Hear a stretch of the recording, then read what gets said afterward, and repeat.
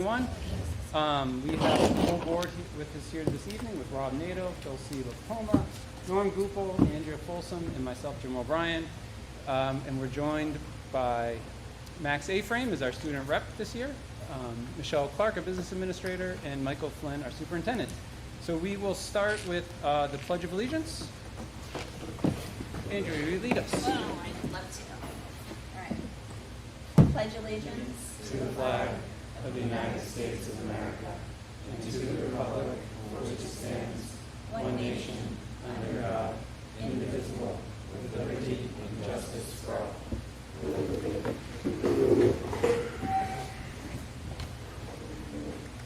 So our first item is the approval of minutes, and so we have Your public hearing minutes are combined with the regular meeting minutes. It's one document. oh, it's one document. Yep. Thank you very much. So we have minutes from our last meeting on August 10th, 2021. Is there a motion to approve? so moved. Is there a second? Second. Any discussion on those? All those in favor? Aye. Anybody opposed? Ayes have it. And then we also have a set of non-public meeting minutes of the same date, August 10th. Is there a motion to approve? So moved. Second. Any discussion on those? All in favor? Aye. Anybody opposed? Ayes have it. Before we go into board comments and correspondence, I would just make mention that there is a sign-up sheet on that table for public comments. And so if anybody wishes to make public comment at some point during the course of the meeting, if you don't mind just getting up and adding your name, that would be really helpful to us. Instead of having people hop up and try to grab the microphone, we'll call in order sign-ups on the sheet. So if you don't mind doing that, that would be great. So with that, board comments. I don't know if anybody has anything or wants to start. Norm. Sure. I just want to say thank you to the board for moving today's meeting so a few of us could attend Maple Street's orientation today. My daughter moved here today to the Maple Street. Thank you to Amy and her team for a great open for my family. It was great to see Mike this morning talk to the whole leadership team and to the teachers. I thought your presentation was great. Thank you to the PTA for supporting the luncheon this afternoon for the staff. And last but not least, most important, Mr. A-Frame, welcome. It's great to have the A-Frame up here. I wish you nothing but the best of luck in your senior year this year. Thank you. Any other comments? All right. I would just echo Norm's. We have a history here at the Hopkinton School Board having student reps, and so we're delighted that Max A-Frame is able to join us this year. Juliet Shahade would be our second student rep, who will probably join us in the first September meeting. But Max, thank you so much.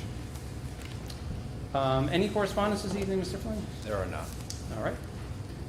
So we'll move on under current business and start with school board goals. And as we mentioned at our last meeting, during our retreat in June, seems like so long ago, but it was only in June, the board, we had discussed and then we decided that what we wanted to do this year was to set a series of board goals that the board would work on over the course of the year, and then the superintendent, as we talked about Mr. Flynn's goals, it would reflect some of the board's goals, and then in turn the administration's goals would reflect, so to sort of go up and down with what the building principals were doing would reflect on Mr. Flynn's goals, which would then in turn reflect on the board's goals.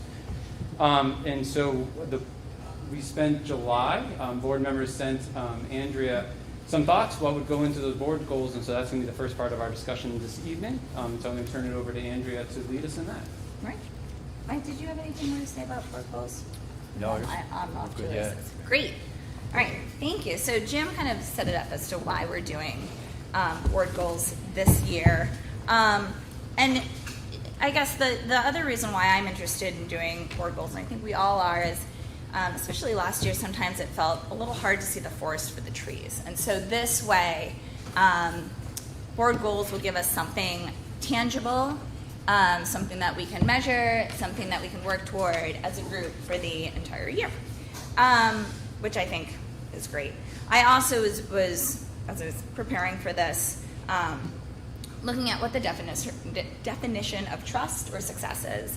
And so it's clear goals, plus an action plan, plus results. And so hopefully when we talk about these at the end of this year, at the school year, we will have done exactly that. We will have set these goals over the next couple of meetings. We will be able to have an action plan and do these goals and get results and be successful. So I had handed out to you guys, and I don't know, it's not in this board packet this time, but last week I had handed out some of ideas that folks had sent into me about different board goals. For the community who's watching, and just as a reminder, we had 4 areas that we were interested as a group in focusing on this year. So our 4 areas are academic achievement and performance, facilities, finance, and culture and climate. So tonight we'll just be having a discussion about some of the goals that we put out and seeing if we can start whittling these down so that we have a manageable amount. If we have too many, we will not be able to be successful. If we have too few, we might get bored. I kid, we're not gonna get bored. So with that, I wanted to start with academic achievement and performance. So I'm not gonna read through all of the specific goals that we came up with. Norm, you can look at mine too. And hopefully you guys have them from last time. Yes, and yes, great. So what I did in looking through our goals is I pulled out some of the themes. So things that this board is interested in focusing on include support for continued curriculum development, support for the school hiring or retaining a high quality staff, support for supporting students' access to multiple learning pathways, both in school and after graduation, and support for identifying and closing learning gaps. So a lot of these I noticed, and you guys can jump in, whenever, a lot of these things I noticed really revolved around curriculum. And when I was thinking as far as what things we as a board can actually do, we are not, while we support the hiring that Mr. Flynn does, we don't go out and actually hire people. So that's not actually a goal that we can really do. We're not hiring anybody. We don't create the curriculum necessarily. But on that one, there is a possibility if we're interested in doing something like last year, we really wanted to focus on finance. And so we created a finance committee. And so I don't know if that could be something that we would be interested in setting as a board goal, a goal around creating some kind of board level curriculum committee that would have at least 1 to 2 board members on it, as well as a variety of other folks. Thoughts? Because it's a discussion. I have different thoughts about all of what you just said. Oh, so, then I would love to hear them. So I guess, when I was looking at these, the first thing I always comes to mind is what's the problem we're trying to solve? Is there a problem, first of all, or is there a situation? And if it's a problem, then let's go at it. If it's a situation, then that's something different. So around the curriculum one, and, Mike runs the schools. Got it. But, if we have a competency-based curriculum program, then I think it's really important that as a board, we have an understanding of what that means, and we understand, and obviously number one is what I'm talking about here, is that has to be balanced with student accountability, which anybody who's taught in the competency system knows that's the most difficult part. If you can do things multiple times, then where are the work habits lost to say, I don't need to do this so much? So, I think for me, the framework is that what we believe in as a board? Is that what Mike believes in as a superintendent? And, then Mike runs with that in terms of competency-based and how are we going to go about ensuring that there's student growth as well as student accountability. And that sort of goes through 2 and 3. So I don't, I guess when I was looking at these, Mike, I was also thinking, where's the board's role and where's your role? Because I don't want to be stepping back and forth. No, and I think that's the value in a curriculum-led committee by the board, right? And Andrea referenced the finance committee, which had great success, right? And I'll say checks and balances. and we've been hearing from the community in regards to the curriculum and what we're doing, and putting the right checks and balances in place, your thought around you guys, what we tend to hear on our side is you're not the professionals, even though you may have been a professional. But that committee is combined with professionals in areas of expertise in regards to what's going on. So it's a collaborative effort, but it puts those checks and balances in place, both from board level objectives and goals from constituents and community, but also brings it to the school as we're evaluating texts, curriculum, content, all of those. And then it allows that transparency piece of what's going on in the schools, bring it to this letter, just like Norm gives an update every other week on building level and budget. It would be another committee in which the board reports out to the community of the work that's going on. And I think that that's great. I think that it would be excellent if there was school board representation and a member who is present and listening to the discussions. I do think that, I mean, other than you, most of us aren't educators, but I think being able to have someone there listening and being able to come back and do what we all do for the different committees is really, really valuable. Jumping on what you said, I think the other, like, being able to make sure that regardless of the pathway for a student, so universal entry into their avenue of choice, I think is something that's really important. That could be the same thing as competency-based. I'm not entirely sure based on the educational terms. But I think that those two things combined are really, really, I think we want to think about supporting the communication pathway out, and what does that process look like, and then what is the success of the students that we're actually graduating out of the school. So, can I ask a question? Yeah, go ahead. So on that, and it's kind of on 1 and 2, like what's the board's role? Is it, if it's a goal, and I'm not disagreeing with you, Dulcie, because I think it's a good one, but is it that we're going to prioritize it in our budget? Is it we're going to add more Yeah. resources? Like what is support and expand? Is that the goal, is to provide more of it in the budget? So that's what we do have control over. And since I've been on this board, the number one thing I've heard from multiple people as a curriculum director, and we're about to start a budget process.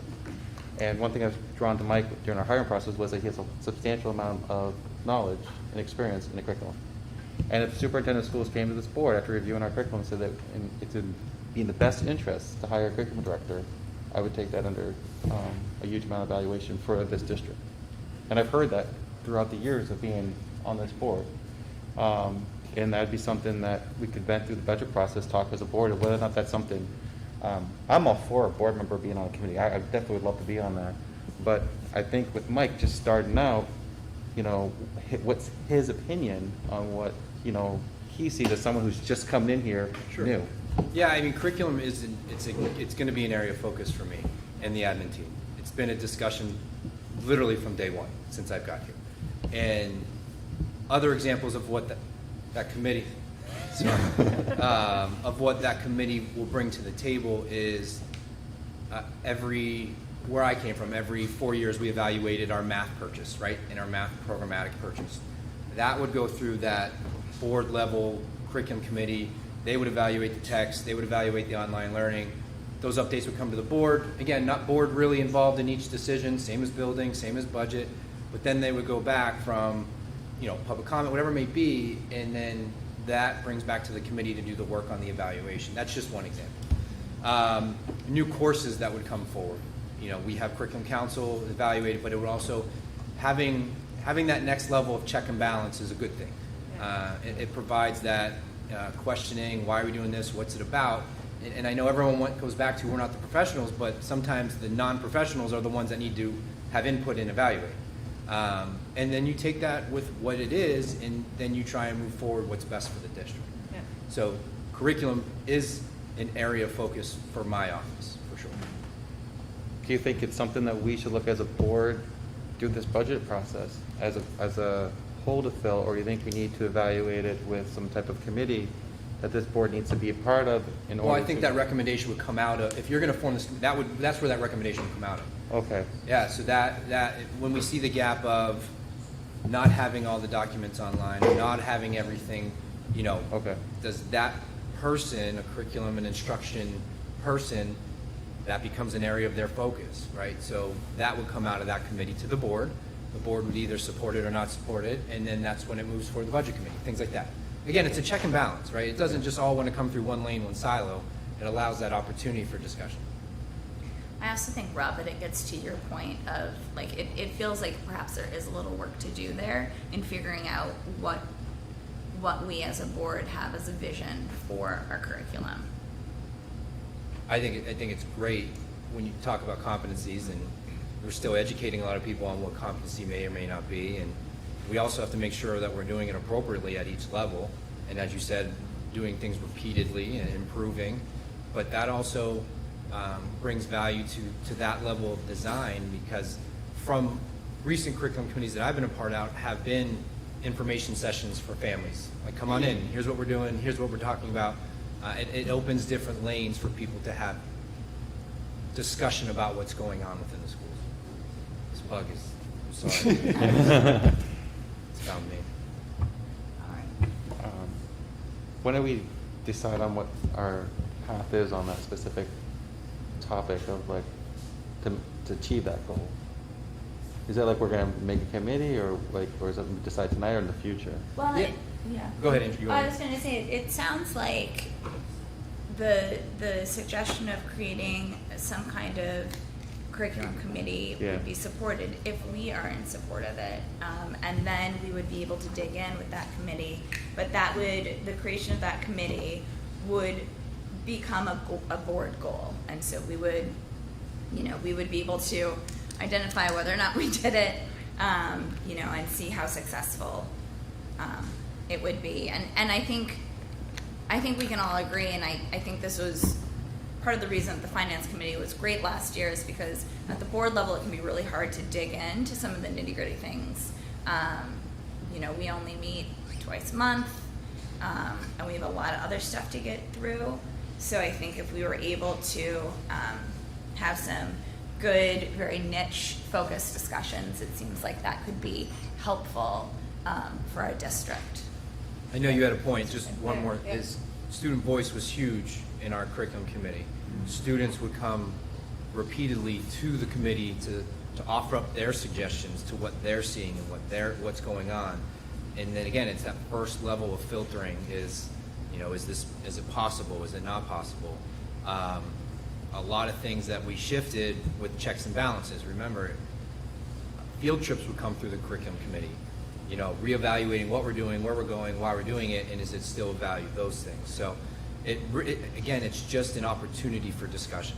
And then from that discussion, you put the things in place on yes or no. And that is primarily, so as with the other committees, it's with professionals, not professionals, but people, representation from the school, whether they're faculty or staff, administration. Correct. A representative from the school board, and then students can come and talk, is that right? Yeah, so even on our team, the administrative team, there's experts over there that are Yeah. far better at curriculum. Totally. Right. Well, no. Yeah, so they would be, so there'd be board representation, administrative representation, and teacher representation. And then students come and go. Awesome.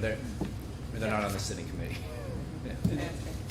And I think that would be part of the board discussion, like we would, once we set this as a goal, we'd put it on our agendas and we'd talk about it, Yeah. make sure we're setting it up the way we want. So tonight's Yeah. really just to set the goal and then kind of add it to agendas as we go forward. Yep. Perfect. So my recommendation, that is a great board goal, to establish a curriculum and assessment committee. That would literally be your goal for the year. And then as we work through the year, we establish the norms for that committee, the expectations for that committee, and that comes back and goes, it's a punching bag, back and forth on that. But I think that would be a great area for focus, since it's something that I've identified early that we need to evaluate, assess, and kind of take a look of where we are and where we're going. Perfect. Looking through the rest of these things, so I personally feel like I can see how a lot of the stuff, for instance, the Rubicon was on here again. I feel like that would go to be captured under sort of a curriculum committee, support a robust curriculum, create a curriculum committee. We really talked about curriculum a lot. But are there other things under academic achievement and performance that folks here felt that we should also include, felt strongly that we should include as a goal? Is there a way of, does trade fall under this? How can we improve our trade? So that again, that's why I think this simple goal does everything that we've Yeah. talked about. Okay. We've talked about multiple pathways. When I was at Rotary, that was a big thing for them, multiple pathways for students and which avenue they want to select.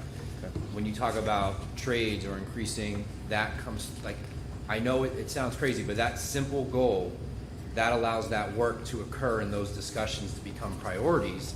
And the priorities come to the board. And the board goal would be discussion and yay or nay because of fiscal responsibility, how it may be. And that's when the finance committee and the curriculum committee end up getting married at a point too, because what we're doing and what they're doing is going to be tied together as well. Rubicon's a big area that's been discussed. It's totally new for me. So are we using it appropriately? Is it as robust as it should be? What's in it? What's not in it? All that work comes out of there. And as I've met with people or the professionals, this curriculum work is not overnight work. It is a year long. So when we come back to this goal at the end of the year, it would be the establishment of the committee, what was our first audit or evaluation, what was our first review, some conclusions, some decisions. There are a couple big topics in the community right now. Those will become priorities for that committee on the evaluation of text and what we're doing. So that's that goal for that year. It's simple to start, but a lot of work to do. Yeah. So is there anything else? It's do you okay. have other It's thoughts okay on to it? set an achievable goal. I think all of the subtopics get captured. Yeah. In it. Great. Any volunteers for anyone that wants to chair that?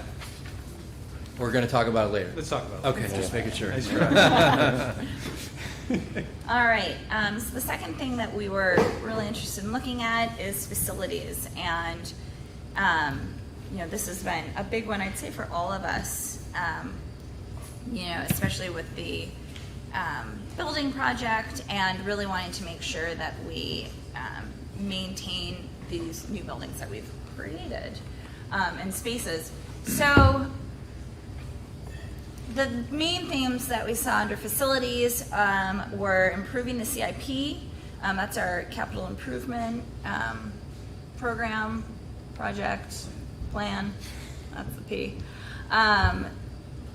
Continuing to support high-quality facilities staff, and then continuing to improve communication with the community regarding the facilities, such as the current state of the facilities and ongoing with the CIP. Although Norma's been doing a great job putting out a weekly building update online, which has been fun to see. So under this one, it really seems like focusing in on our CIP is key. We already have a CIP committee. I don't know if we want to direct our CIP committee or create a goal that helps direct our CIP committee to create, a 20-year plan, a 10-year plan, and I'm looking to CIP folks to see what you all are thinking as well. I'd say like minimum 10, but even going up to 20, given that that's the duration of a bond length, does make a lot of sense. Yeah, I like the 20. I like how the town's sort of structured there is on a 20-year time frame. And it's probably something that we can borrow and Yep. kind of incorporate as best we can. Yep. So what we have right now is, by the conclusion of the building project, we're going to have CIP in some type of longevity from H.L. Turner. So the roofs, we'll say, hey, fix those roofs before we need to. It's too late. So we basically are, deferred maintenance, whatever is on this project. It's our time now to say, okay, this is longevity of this project, CIP, and plan it accordingly. So we're not doing a bond in the future. We're piggyback on them doing the work. So they're going to have the information for you on this project, and then pretty much plug in a little bit, and then the finance committee, which are you two, can correlate that, because I think we should be able to say this is what we need to invest the next 10 years or 20 years. Pretty simple. Keep everything plugged in there and lock it in. So. Well, the good news is you already have the work starting tomorrow morning at 8:30. So, Check that box. yeah. So the committee's formed. In regards to delivering an actionable goal for them, it would be. Go ahead. I know you have the idea. So. No, well, it's some blend of being able to develop and routinely report back on a 20-year CIP, but I would say even having greater visibility into the next 3 to 5 years is really helpful in terms of how we're thinking through expenditures, and I know that's part of the 20-year plan. But I think that's also really important what you're going to say. So something that can be achievable Yeah. would be a quarterly report to the Yes. board from the Yes. CIP committee, Yeah. right? So it'll be on our agenda, it'll be a formal presentation, not just an update that you get at the end of the meeting, it would be a quarterly report. That's something that's achievable Yeah. for And that. And I think the other thing that's achievable, and we've talked about it, but I think working with the town has a CIP gonna say committee that, that yeah. I think the board, we've gone before in the past, but I think making it a goal to do it more robustly and work with them as they help us work through a CIP. So it's probably connecting with that town committee, feel pretty, something that we can do, and probably a really good idea for us to start that. Sounds planned. And I don't, and you guys might be attacking this tomorrow, but Yeah. I also wonder if we are wanting to sort of change the focus of our CIP. Right now, we're not necessarily saving for future projects. Yep. And so if that's gonna be, That's it's more one of a the- question and less That's, of a. yeah, that's one of the components that we're Okay. talking through tomorrow, and that's, I think, also part of the shorter term plan, because there's what we should be setting aside based on Yeah. Primex valuation. And then there's also understanding, just so everyone knows, like if there's big ticket items, like how does the CIP committee think about doing that out of the maintenance trust fund? Is there ways to bond that so that it gets allocated over a different period of time? But I think that's part of what the plan is for sure, yeah. Awesome. Another goal that the board might want to put under there, like I said, it's okay to set goals you're gonna hit, and one would be wrapping up the building project. Yeah. All right, that is an achievable goal that can be completed with a end of building project presentation from start to finish. You know, we've been getting in it, community's been getting in at snippets, it's hard for everyone to piece it together. You know, that's something that could, at the end, here's where we started, here's where we finished. It's a good wrap up of all the work that's happened in this district, so. I like I also, on here that I'm reading, I think Jim alluded to it, but I also work with the select board basically on some things that are theirs and that are ours that we may have to go in on together in the CIP. Like we talked about the ramp and the unreserved fund balance earlier this year. Having that discussion when we meet with them, you know, just to kind of piggyback on, have a clear understanding who's responsible for what.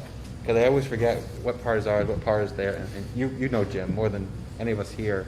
I was a little interested about the part right here with the facilities director reporting to the board. And he comes to our building committee meeting every Monday and gives a little discussion and stuff. I didn't know how Michelle felt that or the board felt about an update. So that wouldn't be a board goal. That would That not would be a- just be okay. a discussion with me. All right. And we would target when and why and what the Okay. agenda items for him would be. Okay. But that's not a board goal. Okay. That's a directive. Perfect. You're good with these boomerangs back and forth. So the other goal on this list that I'm interested in discussing, it could be under any of these, I think it's under facilities, is the idea of doing a 5-year strategic plan. Yeah. I mean, I just think it's a really great idea. It combines sort of the financial planning, the academics, the facilities all in one, and getting community input from our staff, our students, and the board, and sort of developing that strategic plan. That feels really important, something we haven't had, and I think it would be great for our planning purposes, and also I think anybody in the community could look at it and understand over a time horizon what we're trying to do, why, and what sort of the goals and strategies to get there. So I would hope that we would adopt that and just put that one in there. As sort of a board goal. Of course, it would probably be a Mike goal as well, because he's Yeah. going to have to help us run. I mean, this is something I brought up in the interview process. Like, I looked everywhere for it, and I couldn't find it. It's typically the first thing in our profession we look for. Where are you? Where are you going? What are you doing? And do you want to be a part of it? I couldn't even find it. So, as I found out, there wasn't one. So, that became a real quick discussion point for all of us on what a strategic plan can do. All these goals, all these buckets we've talked about, a strategic plan connects the dots. And not just connects the dots, but connects the dots for multiple years. So it's never, we talk about transparency and what we're trying to grow. It's never where did this come from, never knew about it.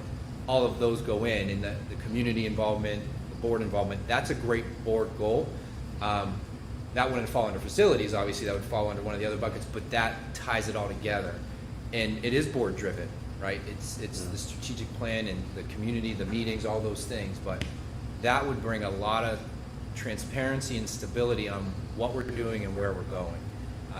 It would help us at each board meeting why the CIP is where it is, because the strategic plan identified this. So they start working together rather than trying to feel like, well, where the heck did this come from, or where did this come from? And it really aligns the path for 5 years. You know, I think it's a great start. And at the end of each year, you take the strategic plan and you evaluate where you've gotten on that. That's huge. Yeah. What do you guys, are we all in agreement on that? Yeah. I mean, Yeah. we were at our July meeting too. Awesome. All right, is there anything else under facilities that we haven't touched on that folks feel would be important for us to codify as a goal? I would, if I can add 2 cents here, I know Harold Martin has got a lot of love, and in the high school, middle high school's gotten a lot of love. And I think through the CIP and the work we're gonna do, I think we need to identify some areas in the school for some growth. And when we say that, people panic right away, like, oh, great, here comes another bond. But no, that's not it. I just want to go on record on saying this. It's time for us to take a look at this area too, and that'll come out through strategic plan, CIP, all those things. But that's my 2 cents for Miss Doyle over there. That it's time to bring her some. So. Well, I'll give you that for Ms. Doyle, and also I think for the SAU office is probably something that we should look at and consider. I see Michelle nodding her head, but whatever the plan is, I just think that's probably something for the board to consider is what we do with the SAU and how we. I don't want to say it right away. But Fine, I figured I'd say it for you. So. No, it's going to come out through CIP and strategic. Great. All right, so I've developed a 5-year strategic plan that incorporates financial planning, academics, and facilities, including all buildings. All right. So the next area that we were looking at is finance. The main themes that we saw here was the support for the creation and implementation of a strategic plan, the development of clear financial goals with some forecasting, support for improved communication with the community regarding all aspects of financial management within the Hopkinton School District, and support for successful multi-year negotiated contracts with HEA and HES. So we've touched, we have agreed that we want to do have the creation of a strategic plan as a goal. I think another really important one for us for this year is having a fair and successful negotiations. We are negotiating both with our teachers union, the HEA, as well as our support staff, doing both of those this year. And I think that, bringing successful and fair contracts to the town in March seems like a good goal. Agreed. Yeah? All right. So besides those 2 things, what else, did anything else under finance kind of stand out to folks as an area that we would like to focus on, even if it's low-hanging fruit that we can hit right away? Another thought that I'm having as I'm speaking is, in the finance committee last year, you guys did a great job creating a more detailed budget breakdown, and it seems like that was really helpful. And so I wonder if that's something that, again, we want to strive to make sure we do, or even improve on. Yeah, I mean, I would think that the level that we did, and we had some discussions about how deep do you want to go before it gets ridiculous, would be something that we could talk about some more. I think the snapshots were really helpful for people in terms of digesting just where the big ticket numbers were. I mean, I think as a board goal, and maybe it's part of that strategic plan, is the realities around expenditures and the things that we can control versus the revenue, which we really can't control all that much. So how do we balance those 2 things in a small district? I guess that's part of the strategic plan piece. I also would really like to try, there's something around stabilizing the tax rate, which does not mean that it has to be content constant, but being able to provide visibility into way that we're using,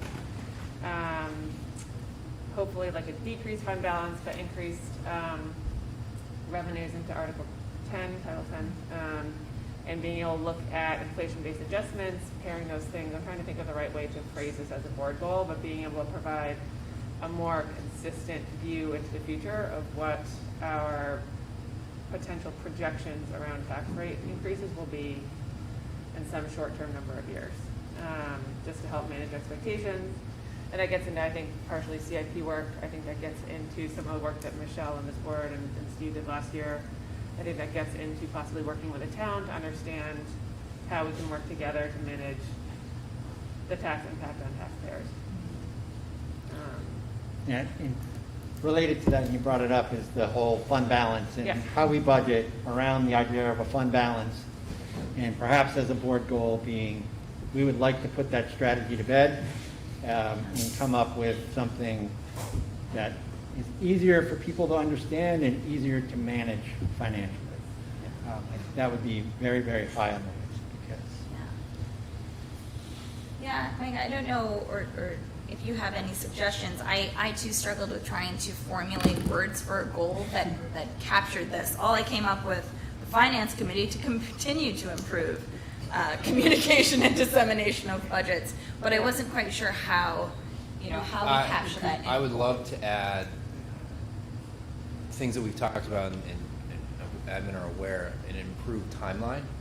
And I think you as the budget committee and me as superintendent and all of that can improve the timeline of not producing a budget come December, but certainly moving it up would be the goal.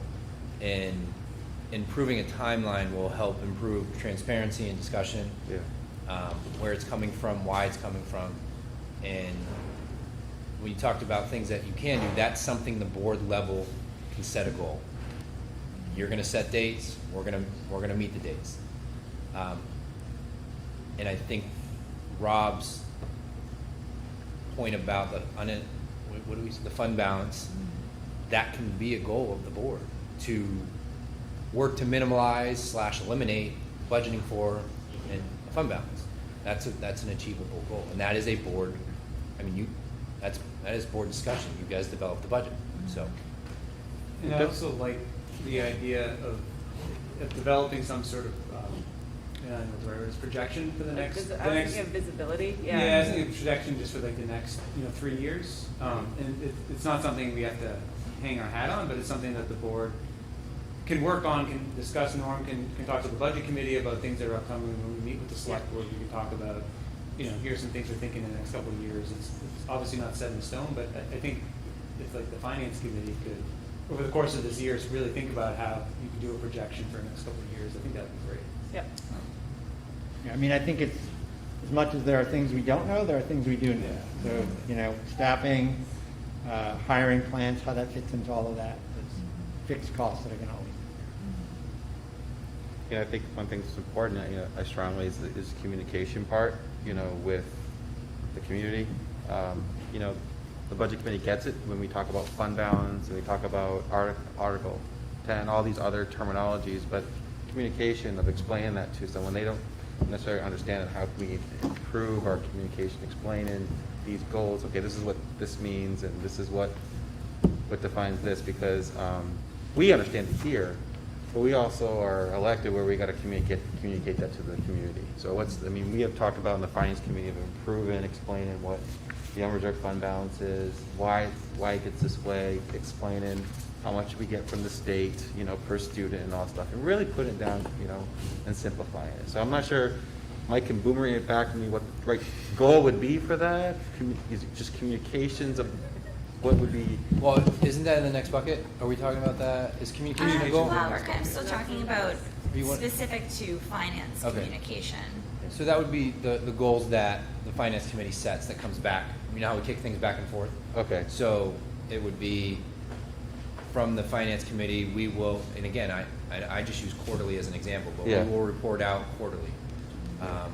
Things like that, because the community's not tuning in to the budget committee meetings often, So we have to continue to bring the work back here as an avenue and a lane. So everything you're saying is the work. I don't know if it's necessarily a goal. It's, Yeah. again, it's the work that we need to do and communicate. Yeah.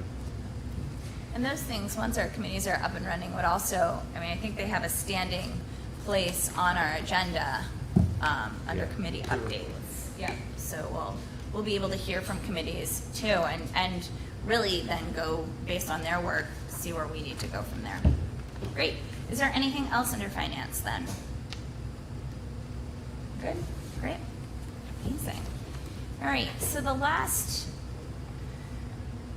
area that we were looking at as a goal, or creating goal or goals under it, was culture and climate.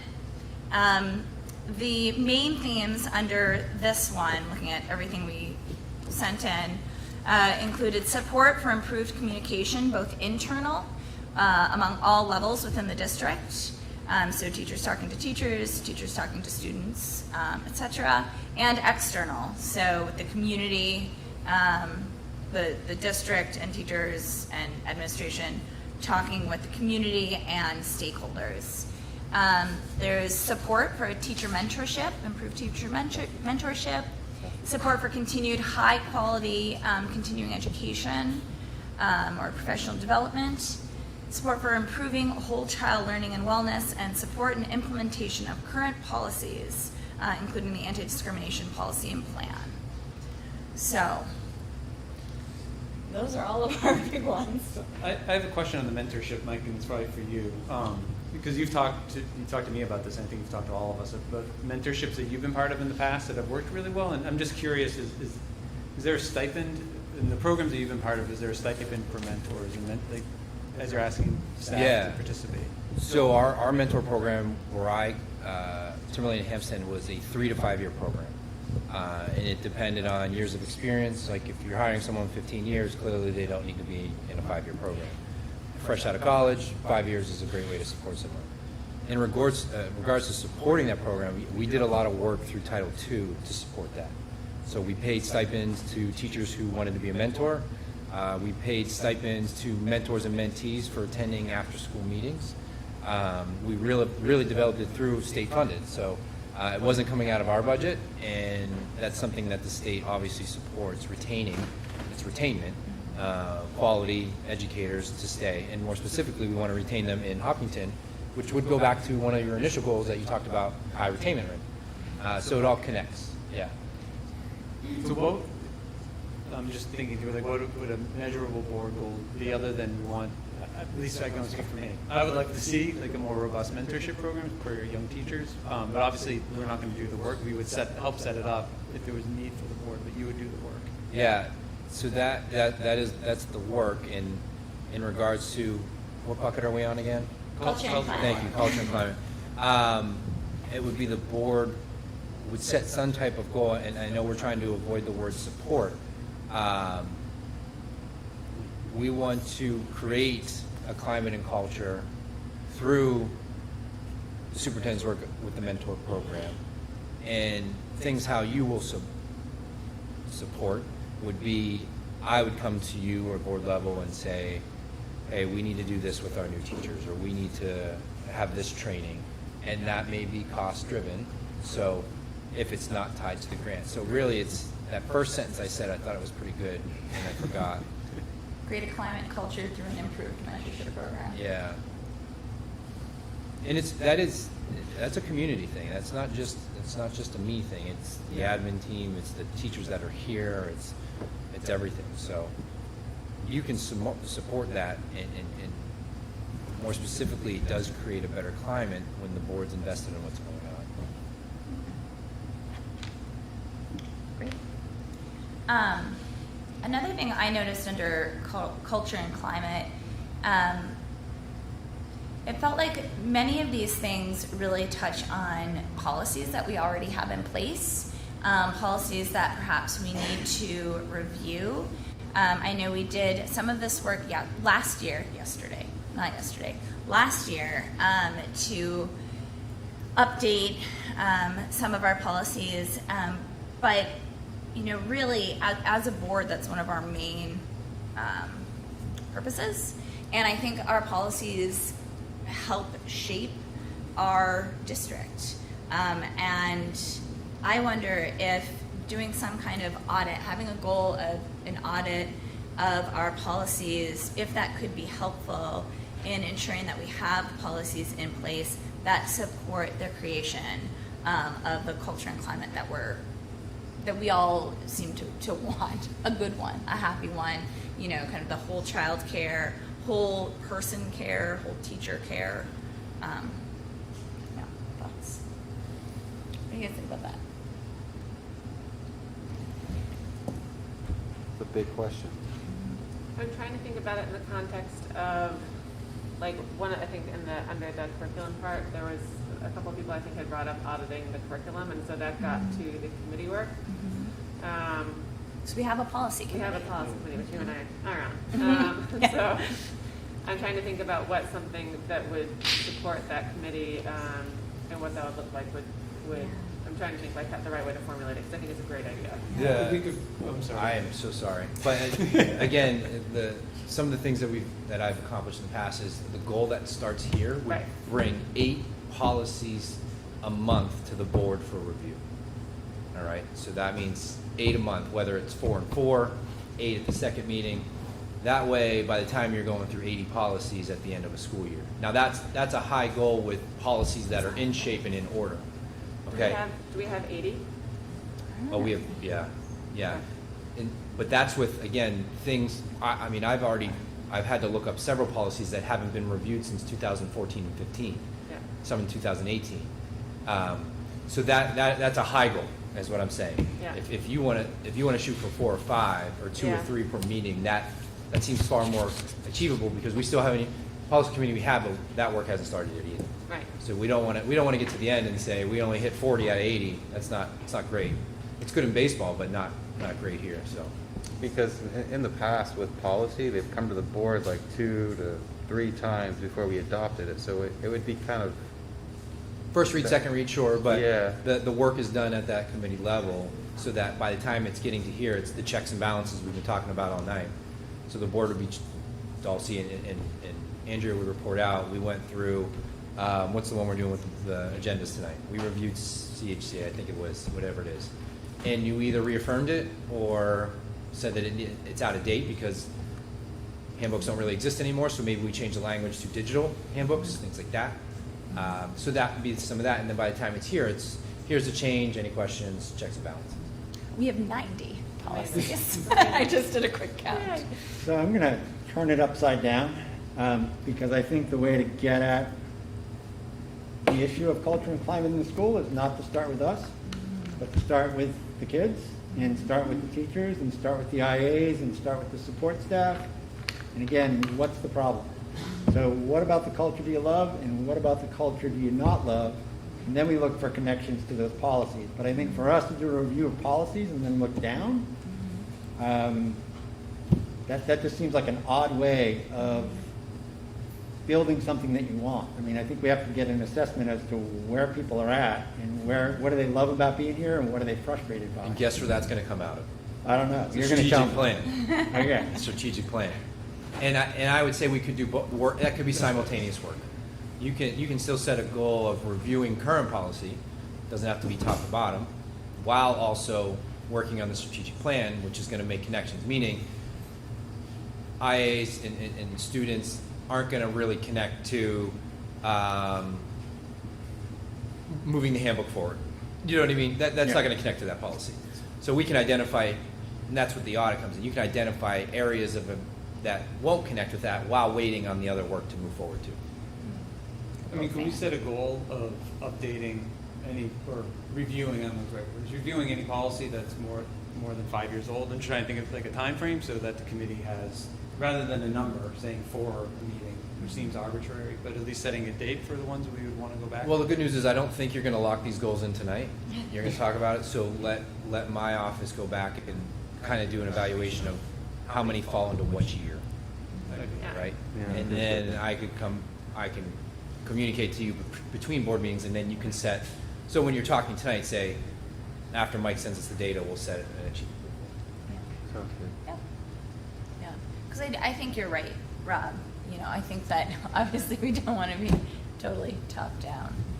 That feels not the best. All right. All right. Anything else under culture and climate that folks feel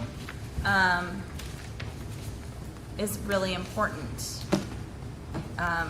For me, you know, a lot of the things, again, it was really, as far as how I was thinking about it, it was tied to the policy committee. I think that we have some other data that we could look at, like the youth risk and behavior survey or assessment that came out in 2019. I believe it's every other year.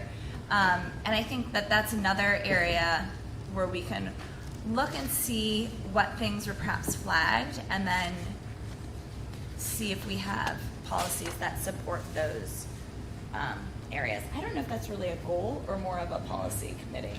This committee, it's as the I'm work. speaking. Yeah, no, that's the work. So, all right. Anything else?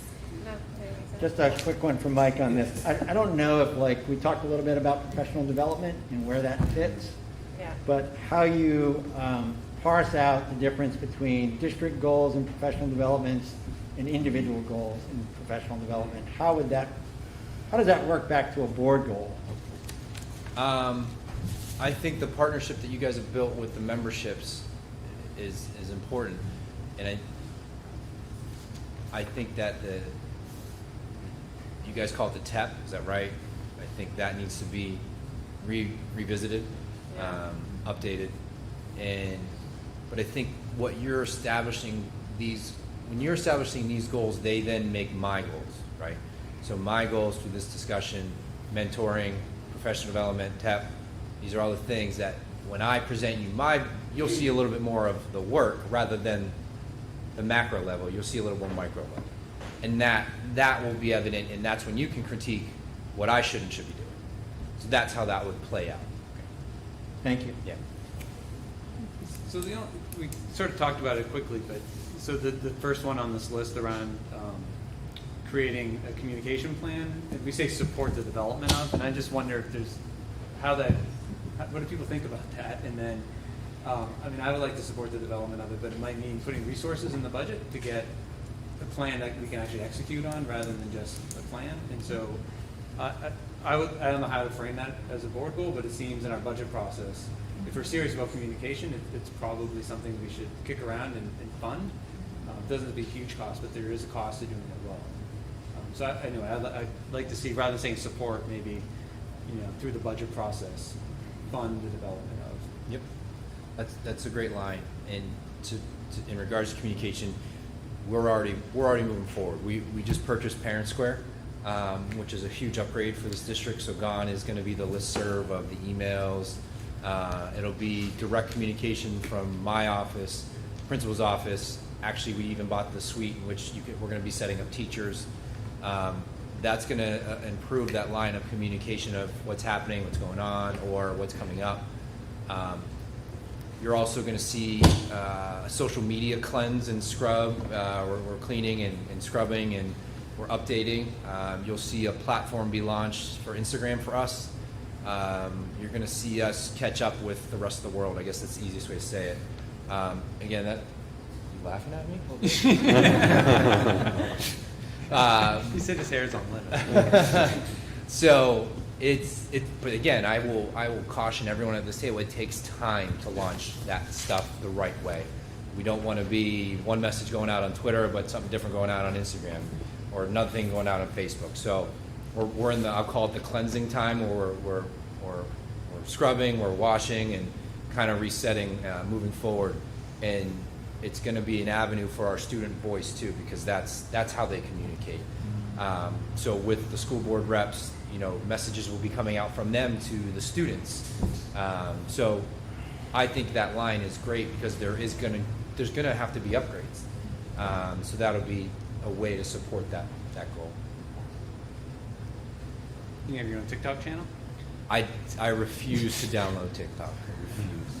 I'm not going there. Hours of your life you'll never get back. All right. Is there anything else that we haven't covered? I just hope this is something that the Hopkinton School Board does year after year with these goals. I was been really helpful for me in our retreat to have this, to talk, and I really hope that moving forward, we continue to do this. Yeah. Well, we've come up with 10 goals, so that's pretty great, considering we had 4 buckets. Yep. At our next meeting, Mike, are you gonna write these up, or shall I can write these up? Nope, if you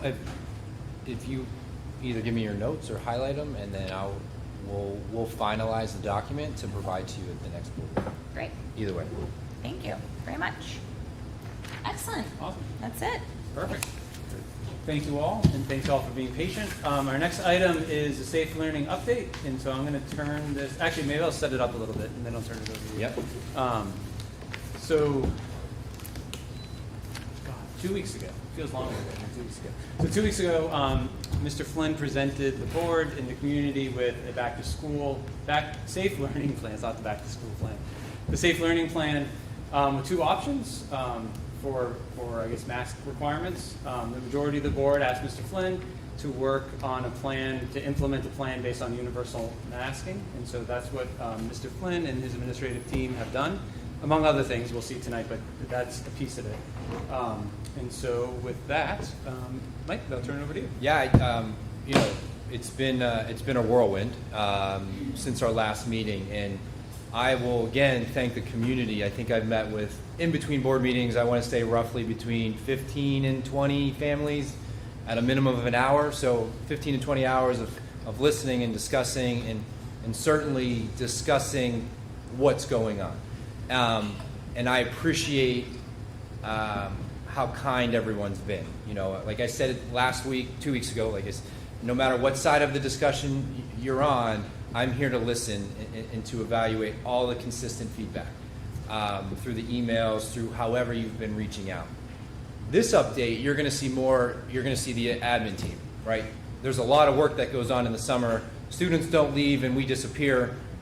Believe it or not, the work actually begins once the students leave. It's some of our busiest times of the years in the summer for planning and preparing. So the goal tonight is you're going to hear specific building updates and what they've done and what they're doing. And then I believe Mr. Carrozza may have already sent out his safe learning plan. I'm not sure if the middle high school or Ms. Doyle. We've talked about executive summaries, but that is essentially the executive summary for this meeting. Those safe learning plans are detail-oriented, explaining what to do and how we're doing it. So tonight we're actually going to flip it. We did not anticipate Mr. Carrozza being here yet. We thought he was still going to be handing out ice cream. So the middle high school is going to come up first and discuss their safe learning return plan. So, Mr. Kelly, you're coming up alone? Yes. All right. So thank you very much for the opportunity to speak. I think you're going to hear similar themes between our school and the other 2 schools. Really not a lot of thought had to go into how we were going to move forward the safe learning plan because we had already instituted a lot of what we're going to share with you tonight. As we get back into our schedule and welcoming all of our students back, we're looking forward to getting back to our 4 classes a day at 80 minutes apiece. We're going to bring back the morning break, which will be an unmasked break, so that will give them the opportunity to take their masks off before they go into lunch as well later in the day, which will also be unmasked. And there's an advisory at the end of the day. We'll bring that back at the end of the day, again, also to help support those students who need extra help in their classes or to just meet with teachers for remediation purposes. That's also mask time during the day. But anytime during the 4 blocks throughout the day, there's going to be a 10-minute mask break, as we have done in the past, where they can go outside, go permitting, they walk down the back driveway towards Kearsarge and come back. If you see down to the bottom of this slide, I think it was 2 years ago, prior to COVID, we started instituting the daily physical activity board policy, and so that still meets that policy because we're offering daily physical activity where they're able to go outside. And Rebecca actually went out and walked it with a Fitbit, and the number of times that they may get that, and that's quick, they're getting a 2-mile walk a day. So those are good, physical activities, just the rest of the mind. And in talking with some of the staff over the summer, they thought it was really beneficial to take that walk, regardless of the fact that we were getting them outside, taking the masks off. They just thought that the students, when they came back, were just ready to re-engage, learn, and they thought the second half of that class was just as productive as the first half. But we're not mandating when they take the break in the class. You know, if it's better to go 20 minutes and then take the break because they have a different activity that's going to last the rest, then that's fine too. So it's up to teacher discretion when they take that mask break. So the classroom mitigations that we have all were instituted last fall as well. And in the spring when we started welcoming students back, our classrooms are going to be set up to maintain 3 feet of separation wherever possible. Many of our classrooms will be able to do that. It may be a little bit more difficult in some of the smaller settings, like a learning center, for instance. Last year, when we were welcoming all of our students back, I walked all the classrooms. It's a little difficult to do that now with everything going on, but so every classroom does have 1 or 2 fans that they will put in the window to help suck the air out of the room for exhaust, so we'll get some circulation in there on top of the circulation that we're already providing for the air handlers. Cleaning supplies in all the classrooms, so you know the cleaning wipes and the sprays, and gloves if students or faculty would like to wear gloves when they're cleaning, that's going to be available for them. And as we did last year, masks will be available for students. We have plenty of masks in Ms. Cook's office, that's our school nurse, at both of the entrances for the students, and then also the teachers enter in the event that the teacher need masks as well. And we would encourage students to bring multiple masks, especially at the start of the year. We know it's going to get a little warmer as the week goes on. I don't know what next week's going to look like yet.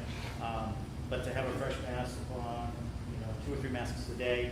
If they want a cloth mask, it's good to have those cloth masks as well that they can wash. So those are the 4 areas on this slide that I wanted to just talk a little bit about tonight. Now the outdoor space, if you've driven by the high school lately, you've seen that we put tents back up. So we have 2 white tents out in front of the school, and we have 1 white tent out behind the school, out behind where the music room is, on the bark in mulched area. So we have 3 large tents that we'll be utilizing for classes, mainly our science classes, because our science classrooms are still under construction. But we'll also utilize it for morning break and lunches as well. And we also purchased umbrellas for our student area out back. So if you remember, we have tables out back that were donated by the class of 2009 and 11, and we put some umbrellas out there, so that's dressed that up a little bit more for anybody that goes out there to either study during, the seniors will have privileges, so sometimes they like to go out there to sit, but they'll have that opportunity. Another space we're going to utilize, because it's there available to us, is the pavilion that's way out back by the softball field. So John Miner and I were talking today about some materials that he needs, so he's going to be taking his middle school science classes out there as well. So we can fit about 18 students under each tent. So that gives us a nice sized classroom that we can put out there during the day. And for the science classrooms, now I've been in contact obviously with Larry Brown, the site supervisor. Rebecca and I met with him yesterday. I kind of stressed the importance to push things along. I was really excited when I got to school this morning and there were cabinets outside, only to find out that they were replacing cabinets that they had put somewhere else in the building. So I thought maybe we were moving towards the science. But they know we want to get in there as soon as possible. But at least for the first 2 weeks of school, these will be used for outdoor classroom space. Outside of that, once the science classrooms are able to go back in, other classrooms will be able to utilize those tents as well. So, and I believe, Michelle can correct me if I'm wrong, I think we have these up through November. So we'll have them for quite some time. So excited to see how this will all come together for us. Matt, can you go on the next slide? Thank you. And just the last part of the presentation for me really is the arrival to school piece. We have students obviously that are going to be riding the bus, so they can't really control what time they get there. But when they get off the bus, they'll come into the caf like they would normally and have a seat so we can maintain social distancing during that time and not allow them to congregate in small groups or larger groups. So the time doesn't really change for them between 7:30 and 7:55. And everything else runs the same. They come in, they sit, the 7:45 bell, they can go upstairs. We're going to be asking students who are driven to school by a parent or guardian to wait till about 7:45. That process worked really well for us in the past to make sure that we didn't have an overload in the small caf or the large caf of students. So that will help maintain crowd control, because if they're there at 7:45, they can get out of their vehicle and go right up to their walk-on class. So that will help us to mitigate some of that congestion we would see in normal times in that main path or the beginning path. So any student that's being dropped off for walkers, we have a few walkers that come in during the morning as well. But at the end of the day, picking up, that's all going to, they just go out. So there's no congregating, they just go out. And if there is any waiting, it's outside anyways. And we have somebody out there and we monitoring that as well. So looking forward to getting back. It's been great to see the teachers. There's a lot of energy in what they've been doing over the last couple of days. So happy to answer questions now. We're going to wait till the end. We're going to let You want everybody to go first? Yeah. Thank you, Chris. Thanks, Chris. Ms. Doyle. They drew straws on who went first, second, and third. I'm always the middle child, so. Hi, thank you for having us this night, this evening to talk about our return to school plan. As Superintendent Flynn discussed, the summer is a really busy time for administrators. It gives us an opportunity to reflect on what went well in the school year and what didn't. Matt, am I doing okay? Okay, closer would be good. I feel a little like Britney Spears. I don't know if that's good or bad. Okay, so over the summer, one of the things that we did as a building is we really reflected on what did we learn out of the pandemic that would help us as we start this school year. We really looked at some of the practices we did for arrival, dismissal, lunch, and snack to be able to bring kids safely back into the building, but also maximize the space that we have both inside and outside. If you have been in Maple Street School, you know that it has a great main street. It also has great grounds. So we have an opportunity to use both of those spaces. We also spent some time last year and this summer looking at our data, both our academic data and our social emotional data, so that we could make better preparations for students this fall, knowing that some of them are going to be coming back to a school that they haven't been inside for almost 2 years. So that is significant. One of the things that I'm really appreciative of the board and the town's support is the use of the ESSER funds to have an additional fourth grade teacher. Taking class sizes from 22 to 18 will really make a difference as we welcome students back, especially that age group. As you know, and you've heard in the past, by fourth grade, students are really reading to learn rather than learning to read. So that will really help us to be able to provide the instruction that kids need to be more fluent readers. You also supported the addition of a numeracy specialist for Maple Street, or 2 numeracy specialists to share at the elementary level, and that will help to address some of the data gaps that we've identified. At Maple Street, we didn't have extra space like the middle high school and Harold, but we did get some really great new spaces in the computer lab and the library. Reorganizing those spaces will enable us to be more flexible in those spaces and also provide more just rework the space so that they make more sense. We also have some new flooring. As you came in, you saw in the slides that follow, we talk about some walk-off carpeting. I know that that doesn't seem like a big deal, but in a small school like ours, anytime you come in from the snow or the rain, there is stuff everywhere, and the walk-off carpeting at every entrance will really make a difference there. We also have some new windows that have gone in the downtown area, so that's what I call when you go down the 2 stairs, I call that downtown. And so we also have had a great new outdoor classroom. Todd Hopkinton, those of you that know Todd, donated some of his time and materials this summer to help Amy Roth, who's in the picture. She didn't know I was going to use that photo, but there she is out there, sweaty and looking like she's really got business to do. So she spent a lot of time designing this space, working with Todd. Todd donated a lot of his time and manpower to be able to create a great space out there. We also had some umbrellas added to the picnic tables that we bought last year. So if you have some time tonight or within the coming days to check it out there, it's a really great space. Next slide, Matt. There's a picture of the walk-off carpet, and this was a picture of the computer lab a couple of days ago. Irish Electric, which is another local company, was here today, really banged out a lot of the finished work. And so that space looks different even when I took that photo 2 days ago. So we are going to be ready. I keep saying we're going to be ready. The kids are coming. We're going to be ready. Next slide. Thank you, Matt. And so from the logistics and communication standpoint, at Maple Street, one of the things that we looked at last year really carefully was our arrival and dismissal. And so we're going to keep a lot of those the same that we did last year, which is that when students arrive, they can arrive after 7:30, and then they just go straight to their classroom. In years past, we've had kids congregate outside, and that just leads to, some kids really start the day in a space that isn't great for them. What we know from this year is that going straight to their classroom, checking in with their teacher, starting the routine of the day is really what they need. So we're going to continue with that. And then dismissal, we really streamlined parent pickup. Those of you that came to parent pickup, we really had it down. We had cones and flags and numbered signs and cards on dashboards. We were done by 3 p.m. So it was really a great system that we came up with, and we're going to continue with that. Snack and lunch, we will continue to offer outdoors when we can. We also have a backup plan for inclement weather, which includes using the cafeteria and the classrooms. We're going to continue to limit the large group gatherings, which is hard for us. As a small community, we would try to have a full school assembly every month. And so we're going to try to think of ways to do that. We had a great field day at the end of the school year, trying to do some patriotic assemblies this year, maybe outside. So we'll continue with some of that, but as a general rule, we'll try to limit large groups of people being together. Prioritizing the safety and health of our community by using the latest information that we have available. And I have Bill has the scoop, Chris has Kelly's Corner, so we all have a way that we try to communicate with our families, and mine is the SCIM, and that gets pushed out every week.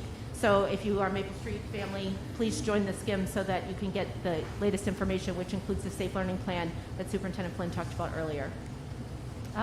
When you look at the Safe Learning Plan, we're looking at masks worn by all the members of our community, providing mask breaks inside spaces that we can physically distance, and then outside, following the quarantine and isolation practices that are established by DHHS. And in my Safe Learning Plan, you will have links to all of those documents that have been released by DHHS. We know that students at this age sometimes need more explicit instruction and practice on something, so we'll be providing instruction from our nurses and our teachers on mask etiquette, hand washing, what we expect for hygiene, washing your hands, how do you cough, things like that. Whenever and wherever possible, maintaining 3 feet of physical distance. We know that's not possible in all spaces. Symptom screening, we think that is really going to be the most important mitigation strategy if families can be sure that their student is not sick and they don't send them to school, and staff as well, which is hard for teachers. If you know a teacher, it's sometimes easier to come even if you don't feel great. But that is what we're asking folks to do, is to stay home if you're sick. We're no longer cohorting students, but we will be making efforts to not commingle large grade levels or different grade level classes, just so that we can keep that contact tracing down if needed, and maximizing the time outside in our Maple Gardens and the new outdoor classroom. Thank you. Thank you.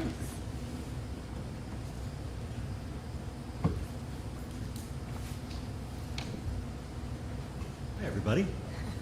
I will get nice and close for this. So thank you. As I was thinking in a glass half full sort of thing, we've come a long ways. I mean, I realize, masks are still the thing, but we're all in 100%. I recall I was talking at the ice cream social tonight to a parent saying how much I really didn't like running the school from my bedroom or from my office. It just was really hard. Having everybody in on a staff meeting Monday and seeing all the teachers, and they were pretty spaced, took the whole gym, but being together was really a very cool thing. So there's 3, really more like 4 big elements I want to talk about. One is construction. It's an amazing amount of construction that's happened in Harold Martin, and just about done. Some safe learning stuff, obviously, and just some traditional stuff we talk about as well. So next slide, Mr. Stone, if you could. So building readiness is a big one for me right now. In fact, we had our ice cream, beginning of our ice cream socials tonight. We'll have another one tomorrow.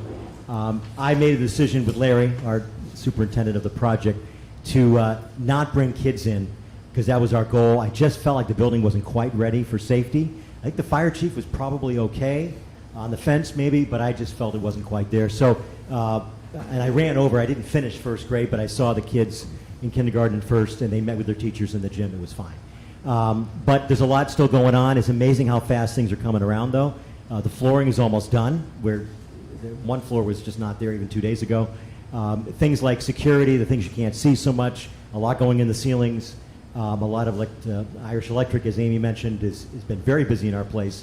I think alarm security is done, projectors are done, intercom looks like it's done, cameras I think are done. We just have a few sort of punch list things. I've got a few things that aren't even on the architect's list, but not major things, doors and things like that. FFE, Furniture, Furnishings, and Equipment, a acronym I didn't know before this year. We're a little disappointed about furniture. It's coming late, but we're going to be fine, no worries. And the big thing is 10 out of 15 classrooms are moving. Obviously the 4th, 3rd grades, but other classrooms as well. So with the 3 wings in the building, the 1958 wing, the 88 wing, and now the 21 wing, no one is going to be in the 58 wing at all in terms of a classroom, a grade level classroom. It's the oldest wing. The rooms are small.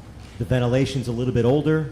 We're going to have art, music in there, special ed, and reading in there. I'm not diminishing them, but for kids to spend a whole day, they're going to be in a regular size, at least 900 square foot room now, all the way through. Max didn't have that ability when he was at Harold Martin, for instance.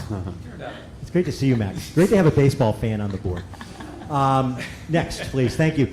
Safe learning, really, what Chris and Amy said is very similar to us. I didn't write it down, but we're also 3 feet. We're doing all those same sort of mitigation strategies. Students have full access to the playground. That's one nice advantage this year we thought was safe, in that the whole 3rd grade, 1st grade, whatever, will have the playground. They have their own recesses, though. There's no doubling of grade levels. Drop-off's going to remain the same, really very much like the high school, 7:30 to 7:45.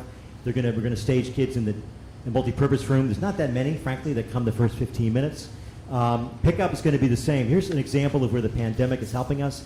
I think long after I'm somewhere else, I think Harold Martin will probably have pickup the same way as we do it now. The pandemic helped us in that. I think it's safer. It's wonderful. One thing that we did today, I spent a lot of time on the master schedule today, something principals do a lot of, and cooperating with everybody in the building. It's actually kind of nice to have all the staff in the building all that amount of time, because you can do a lot of collaborating. And we're now going to have K1 and 2, I think, if all goes well. I'm going to finalize it tomorrow, in the cafeteria with their own lunches. So 3rd grade will still have to have lunch. I just didn't have a big enough window to do that, and then meet the needs of physical education. Remember, we have one multi-purpose room. We don't have 2 different places. So 3rd grade will still be in the classroom, but by playing with the schedule, we can safely, we can do about 140 kids in the multi-purpose room, distance 3 feet, facing one way with the tables and the space we have. I can do it with K1 too. So that's good news. I know the cafeteria people are very happy. Last night I kind of published, and I still have corrections I'm sure to make, with our Safe Learning Plan. There's a Safe Learning Plan, there's a handbook. I put the Safe Learning Plan in the handbook as well. And then of course we have what I call the summer scoop, which is like the typical stuff that we talk about. That all was released yesterday. Big thanks to Gene Eaton, our office manager, who's just been amazing and worked way too many hours. Shouldn't be telling Michelle that. But Ice Cream Social was tonight. It's going to be tomorrow night.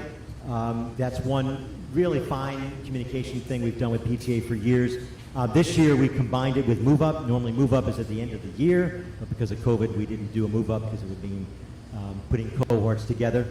Pickup Patrol, which is going to be at Maple Street again, or as well this year, was a great addition. We did it just the last 2 months of the year. Last year, it's a much safer way for us to know where kids are. You know, especially with little kids, we don't want to make mistakes about the destination of little guys going home. We can't leave a kid at a bus stop at the end of the day with no adult. We'll do older siblings at times, but you know. So Pickup Patrol throws away notes, last minute phone calls, not so much, and it really was a really organized way to keep track of everybody. So that's a great communication tool. Just some traditional things we would do without construction and without COVID. Got to make sure teachers have what they need, you know, in terms of supplies and that sort of thing. We run pretty much our building and Maple Street as well with professional learning community leaders. We actually pay a stipend to, very small stipend, but a stipend to the PLC leaders, and they are my go-to people. Although I met with a lot of, you know, grade levels today, like looking at the master schedule, but we met Monday. I think it was Monday. It was last week actually, and a lot of final decisions. I was able to get a real nice cross section of the school in one room with me, and I think the rest of the staff trusts them. I certainly trust them, and they were crazy helpful during the pandemic. By the way, I met with them at least once a week during the pandemic when we were doing remote learning, and it just helped us stay grounded. Ames Web is going to be our new assessment. School-wide, we'll talk more about that. We're piloting a different math program. The week of the 23rd, which is this week, has been a wonderful time. We spend much more time district-wide giving teachers time, especially in my building, where 10 out of 15 classrooms moved, and that's just a huge thing. First day we're looking forward to. It won't be the same as it's been in past years. Again, because of COVID, we're not doing the mass 500 people, parents, kids on the playground, which can be chaos, but I kind of liked, honestly, because I think it was friendly. We just can't do that. So first day, we're going to have adults everywhere to help kids know where their classrooms are. That's one big thing. Some new faces, although 92%, I figured this out, of our staff came back, which I think is pretty good. Laura Shaw is our new music teacher, Laura Bailey, a new speech and language, and Deidre Turmel, a new reading specialist. Just a little bit on specific on mass breaks. I actually did a little bit of figuring. 20% of our day, over the course of a week, per day, not so accurate, but over the course of a week, really is maskless, safely maskless. Either things like fresh air breaks outside, recess outside, PE is going to primarily be outside, snack time, safe distance snack time, and of course lunch. So about a fifth of the day isn't with masks. I am concerned, as I know some parents are, about heat. Our second floor, nothing like the fifth floor at the high school, but our second floor is pretty hot. First floor is fine, and I have to tell you, the new addition, not a problem at all. The ventilation in there is awesome. So I really am worrying about the classrooms on the second floor. We're going to monitor that. We're going to mitigate as best we can through using the computer lab, which isn't going to be used a lot in the first couple weeks. Kids can go in there. We can fit probably a classroom in the office, a nice big office now, and that's air conditioned. There's plenty of room not plenty of room, but there's room in the third grade hallway upstairs, which again has incredible ventilation. So we're going to really watch that, I think more than we ever have, because of masks and because we have, I think, more spaces to be able to help with that. Mass training, that was something we talked about as a leadership team. We have sort of a behavior core team made up of our behavior specialist, our counselor, and one of our special ed teachers. They, beginning of the year, do little sessions in every room about, basic behavior in the lunchroom, behavior at recess, and so on. And they, last year, and we'll do it again this year, practiced how to wear a mask appropriately. And just talking, I'm sure there were some concerns kids brought up, and we would talk about that as well. Is that it, Matt? That's a lot. Okay, outdoor, of course it's not it. I need to mention, I wrote this down, I didn't put in the slide the big presentation we had the last board meeting, the preschool outdoor classroom, which we hope will be done this fall. We'll see. But that's a wonderful thing, and thanks to Kenda Beckwith and the foundation for just amazing stuff, and for the high school too for cooperating with us. We've got a couple tents, like the high school, not as big, but we utilize those for lessons. Obviously, PE classes are almost entirely outside unless it's pouring. It's funny, I think we've probably backed off a little bit of drizzle. I think we still will send kids out now, where I think, in the elementary world, it's funny, when I worked in a K-8, kids went out all the time because you almost thought like older kids. So it wasn't the same sort of thing, but at a primary school, maybe you shielded kids a little bit. I think we're sending kids out in a little bit of drizzle now. Obviously not pouring rain. Plenty of fresh air breaks. That's actually in our schedule. We never put that actually on the schedule, but it's in the master schedule that class families are going out during those times. And a lot of kids are eating outside. Second grade was a big proponent of that. I'm going to push that out a little bit more. Thanks to Michelle, we not only have picnic tables, but umbrellas. That'll help us, as other schools have mentioned. Oh, there we go. Oh, some nice pictures. I took these yesterday, and already there's been change. You can see on the left, the main entrance. Obviously, the nice thing about the main entrance now is that it's a main entrance, and it's obvious that it's there. That's one of those things the architect, Doug, said to me at the beginning. He says, we don't know where the main entrance is. So now we really know. The grass was cut today, by the way. Thank you. And there's been some volunteers to do some gardening. PTA is going to be putting some plants and trees up very soon. The other side is the nurse's office. You got to come and see this when we do some tours. It's just, first of all, Jean Picard, our nurse, is very happy, which makes me happy. But it's going to be such a change in terms of meeting kids' needs for that. Next slide. I just wanted to show you, to be honest with you, we have still a lot of stuff in the hallways. It'll be done. It'll happen. Storage is going to be an issue. It's always an issue, right?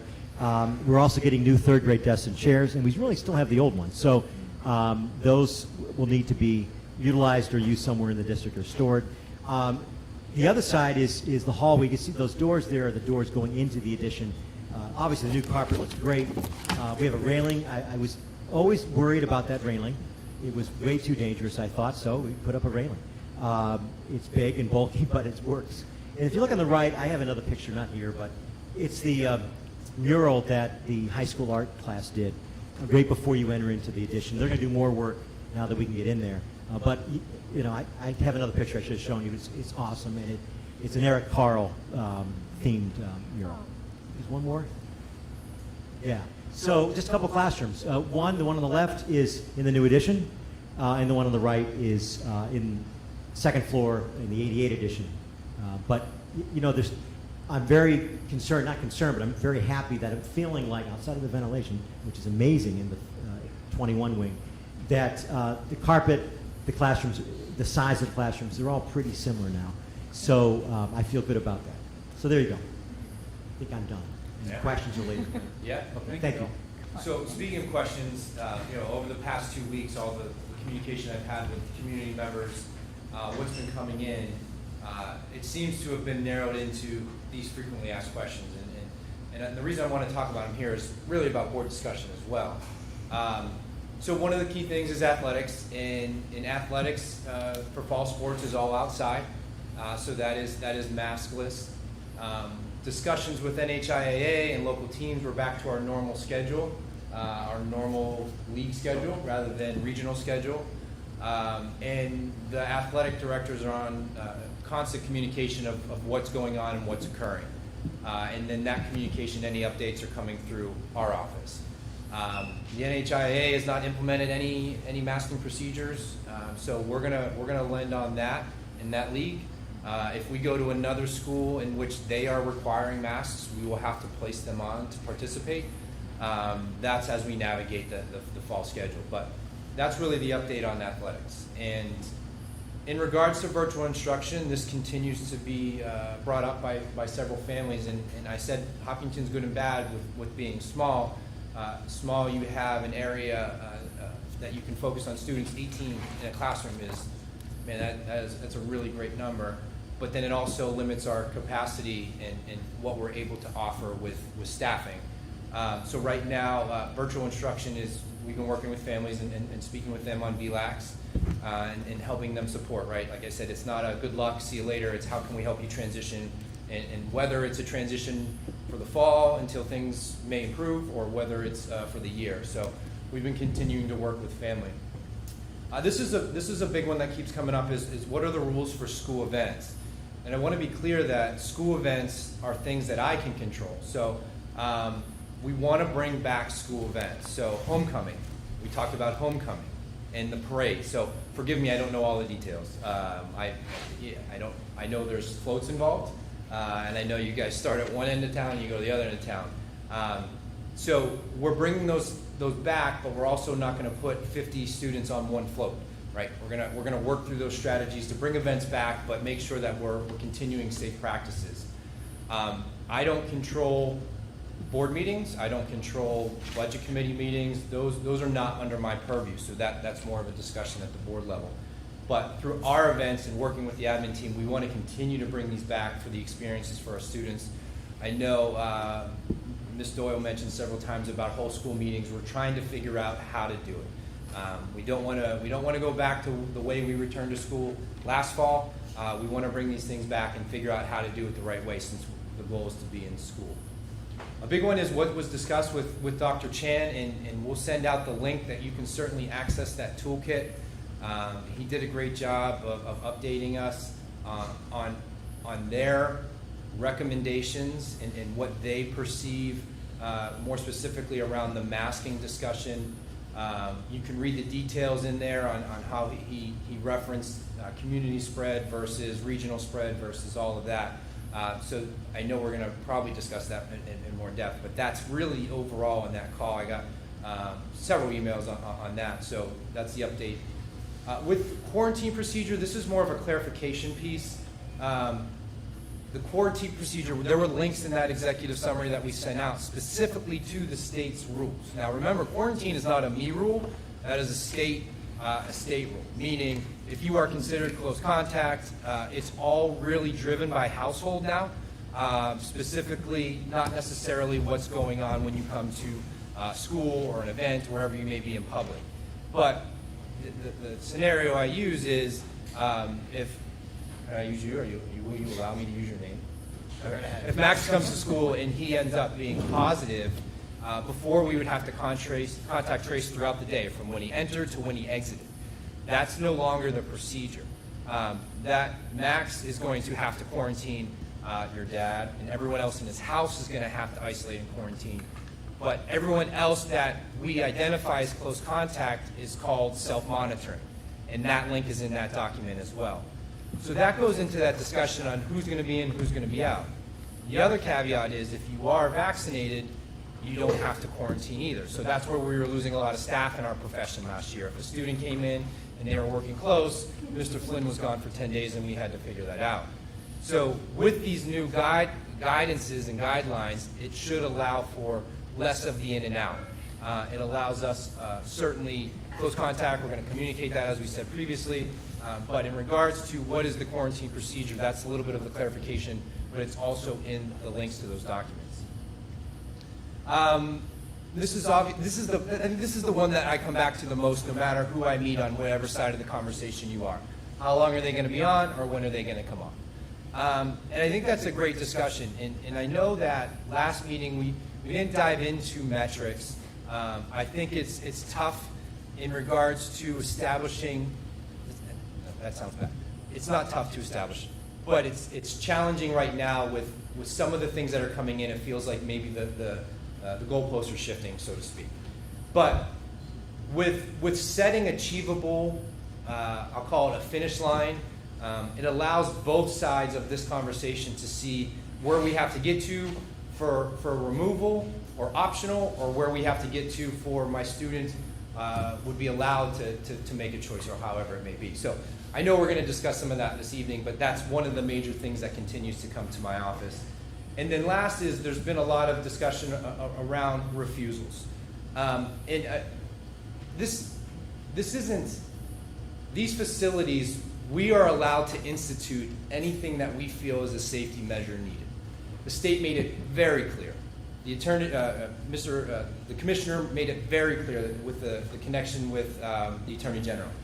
We are allowed to establish safe practices and procedures that keep our facilities safe. So, in regards to refusal to wear a mask or things of that nature, that becomes a discipline issue, right? People have sat and met with me about my choice, my body, all of these, and that's totally fine. But when you are in our facilities, we are allowed to establish guidelines and rules. So I actually don't believe this is a bigger issue than people are discussing, but it's something that needs to be discussed because it has been crystal clear from the state on what school districts and local control are allowed to do. I don't want it to make it a screaming fest, and I will sit with anyone here. I've met with several of you here. I will discuss it and understand why the mitigation factors are put in place. So that's just another one that continues to come. These are the FAQs. Other ones have come in that I've been able to address individually, which is more student-specific or family-specific or teacher-specific, but these are the overarching discussion points in regards to the Safe Learning Plan. So I appreciate the building administration and the plans, the details, how detail-oriented they are with what they put together. I will end with that everyone being back yesterday and today has been a huge shift for us in our profession to how desegregated we were last year. Some were at home, some were here, some were at the first day, some never came in. Having everyone here, it was a great feeling. We haven't had that in our profession in a while.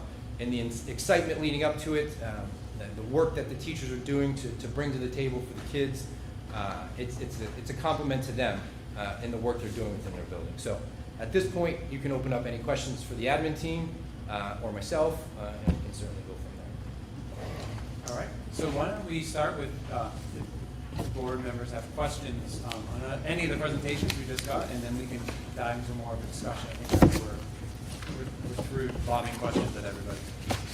Yeah, can I ask a question? You can ask a question. Okay, so first of all, I think that the presentations were great, so thank you to everyone who put those together and presented them tonight. I think that my two biggest questions are, one is around sort of exemptions. So if there are kids who have reasons why they would want to be able to take more significant mask breaks, think about not having a mask, whether that's for physiological or social-emotional issues, or what that looks like. I know that we did have exemptions last year, so I wanted to sort of discuss what those would look like with the board. And I don't know if the schools have thought through that individually as well. And then the other part was that framework for starting the process and the discussion of if we were going to try to think about what the plan would be like to go back to mask optional. Sure.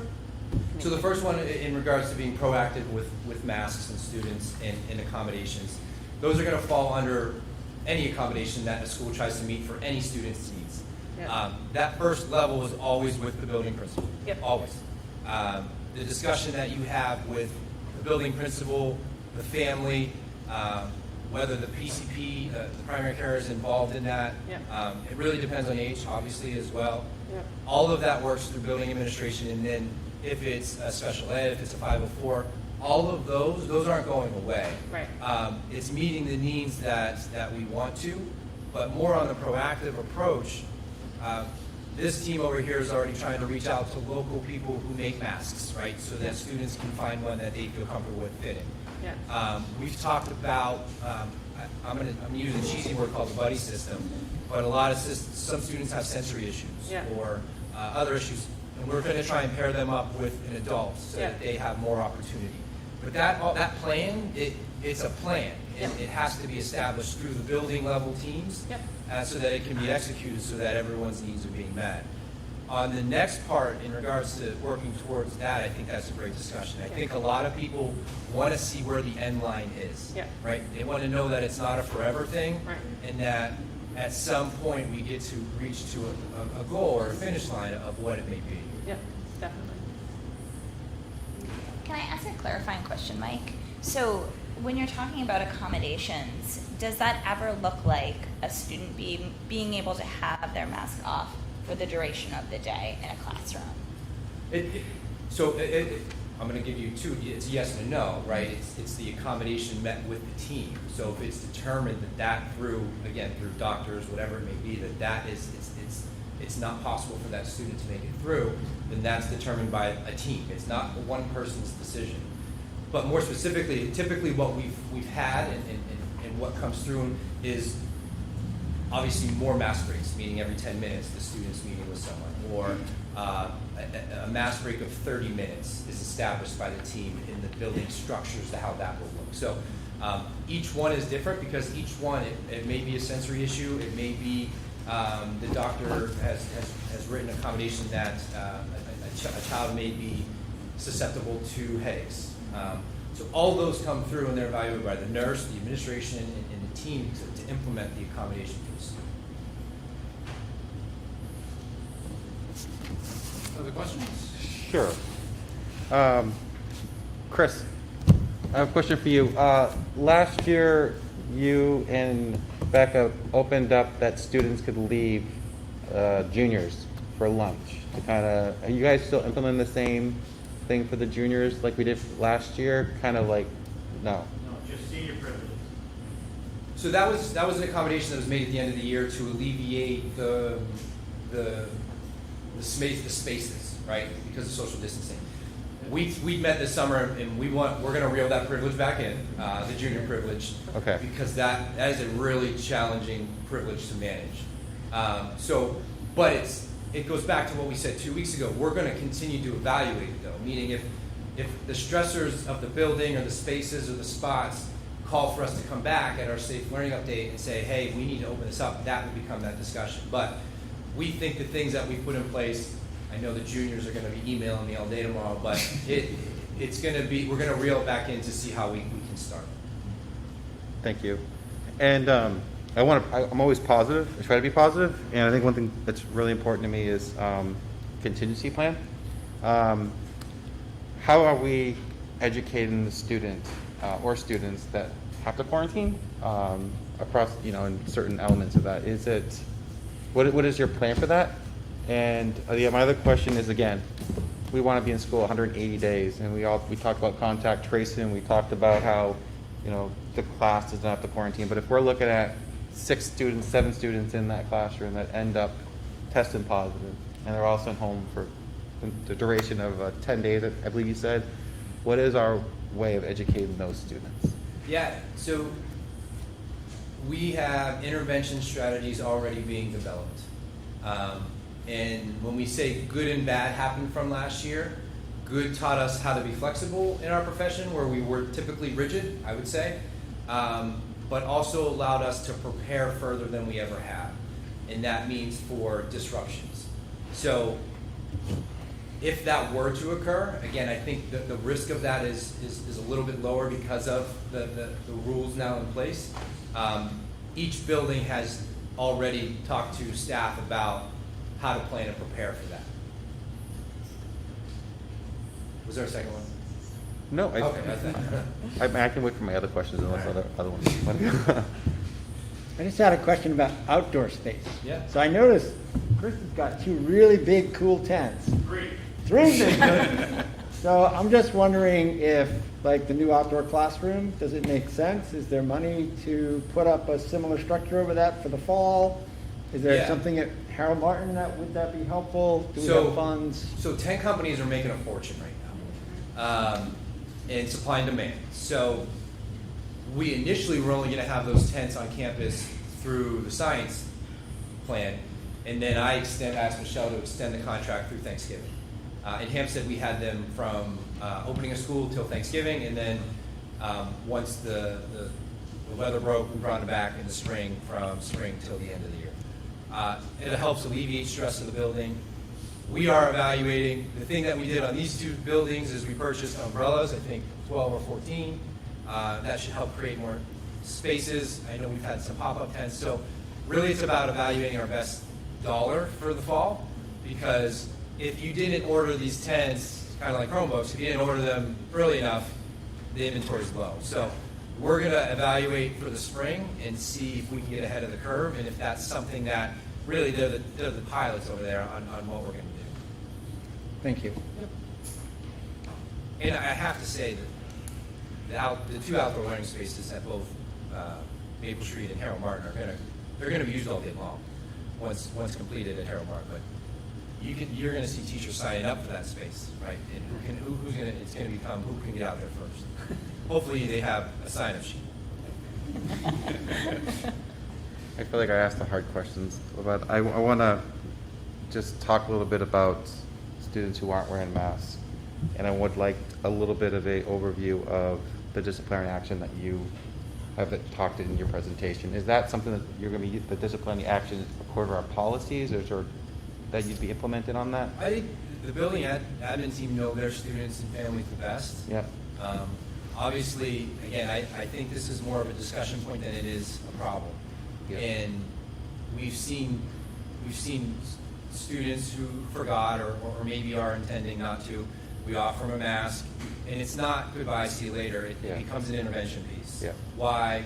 Can you explain? Is it because of sensory? Is it because of? And they open that avenue. And then from there, it's really the building administrative team. They handle multiple incidents a day, not just masks, but everything.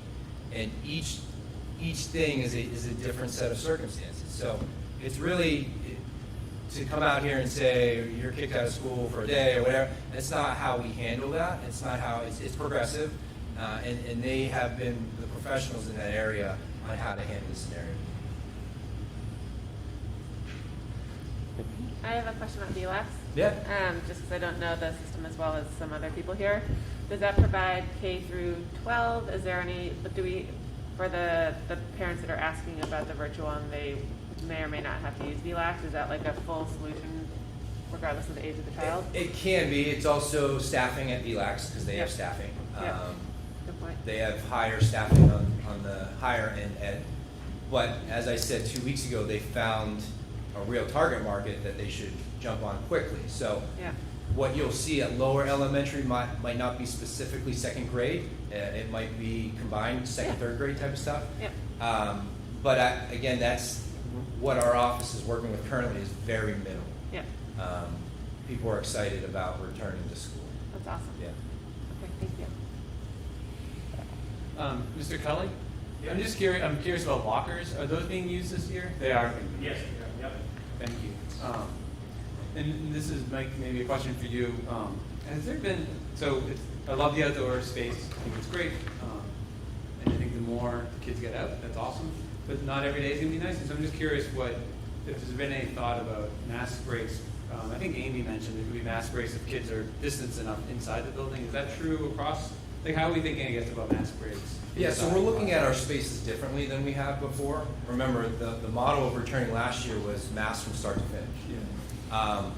This year, we're looking at our spaces differently. As Bill said, they're going to use the computer lab. They're going to use his office, and they'll work from other areas.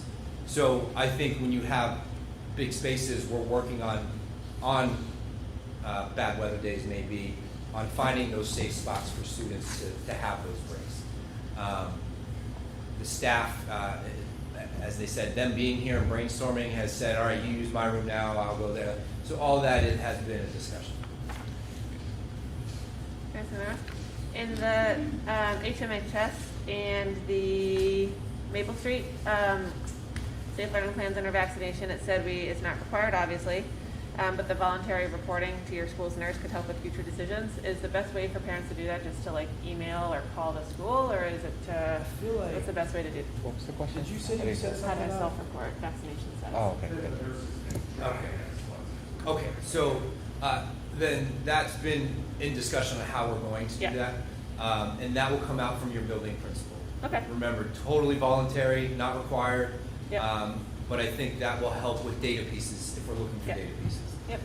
The state actually has a vaccination Yeah. tracker now, Yep. which has not existed Yep. before. I was looking at it. Obviously, it's tough data to evaluate because it's their data, not our data. Yep. And they clump it into 12 to 19.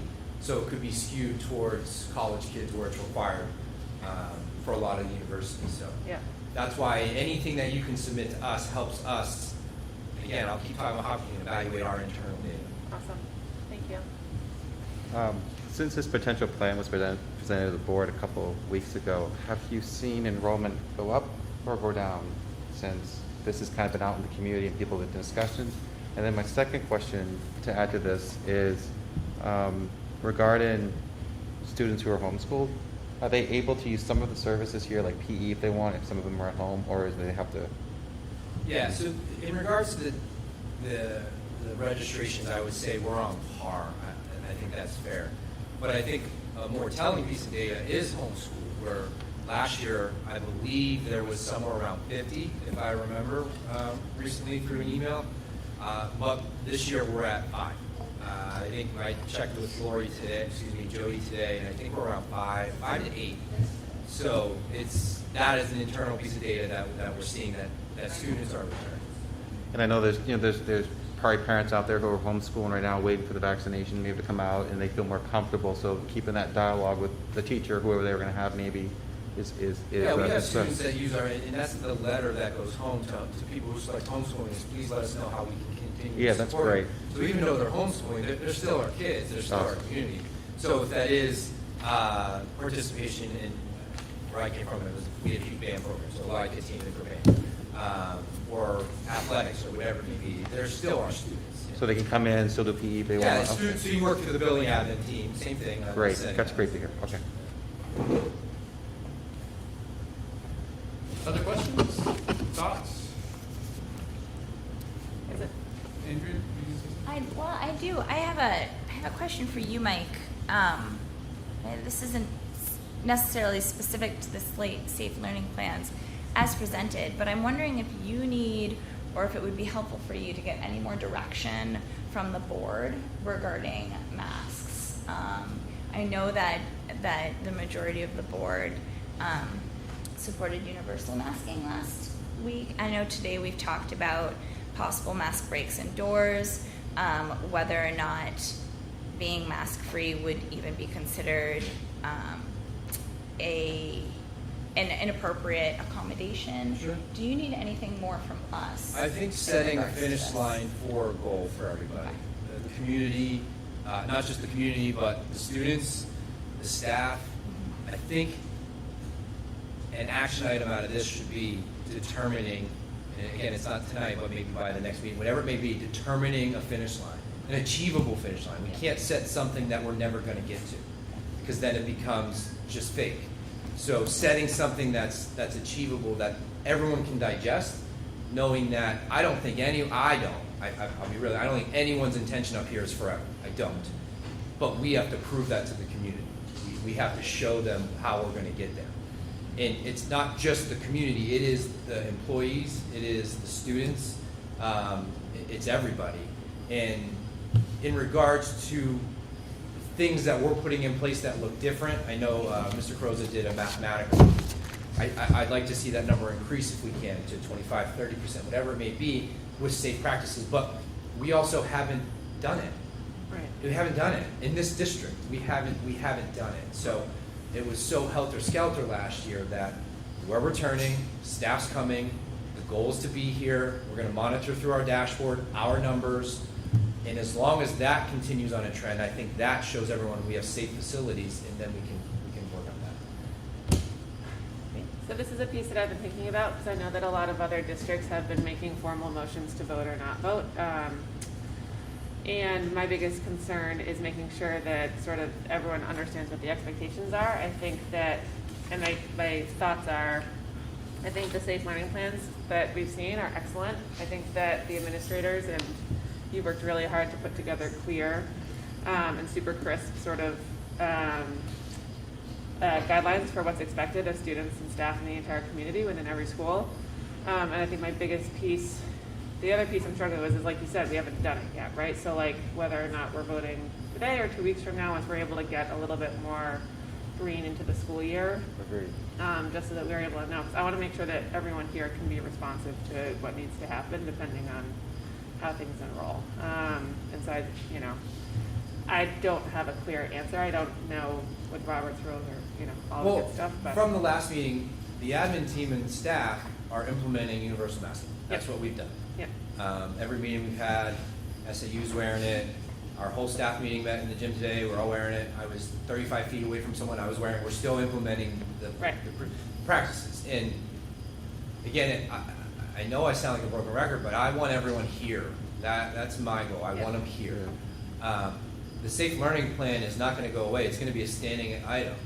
And we said it a couple weeks ago. We're not going to make any swift changes either without communicating it here at this level. Yeah. Whether it's, again, not just masks, but whether it's a significant change in our safe learning practices because maybe numbers are going up or whether numbers are going down, whatever it may be, it's going to be communicated here to the families so that they're aware. So that the kid's not coming to school on Wednesday and then all of a sudden the rules change on Thursday. There'll be communication. So the safe learning plan, the reason why we've done it that way is because we've had to prepare. The kids are coming no matter what. I said that. They're coming. Right. So what can we do to ensure that they continue to come? Yeah. And as we go through September, October, whatever it may be, we're going to continue to discuss data or what's going on, what's happening in our buildings more specifically. Staffing levels. I'd make a plea. Anyone that wants to be a substitute, please sign up. All those are low. We do have bus drivers, which is good. There'll be no backup busing, which was a huge issue for us last year. So custodial help, if you're looking for custodial, we're looking for evening, things like that. So all those kind of come into play every week on what we're updating. Yep. Yeah, I just think, at this point right now, you talked about the majority of the board has said universal mandate, but I think this whole board completely has supported 5-0, Harold Martin, and Maple Street being masked. So the difference is high school and our teachers, correct?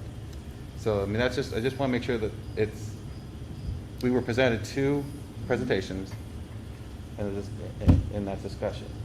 Yeah. Well. And that's where the discussion has been with people around, talking that it's been, all of us has agreed from sitting here that we supported it, Maple Street and Harold Martin. It was, the difference was the high school and the teachers. And we didn't really have a discussion about it. Well, we can have it, was that on the,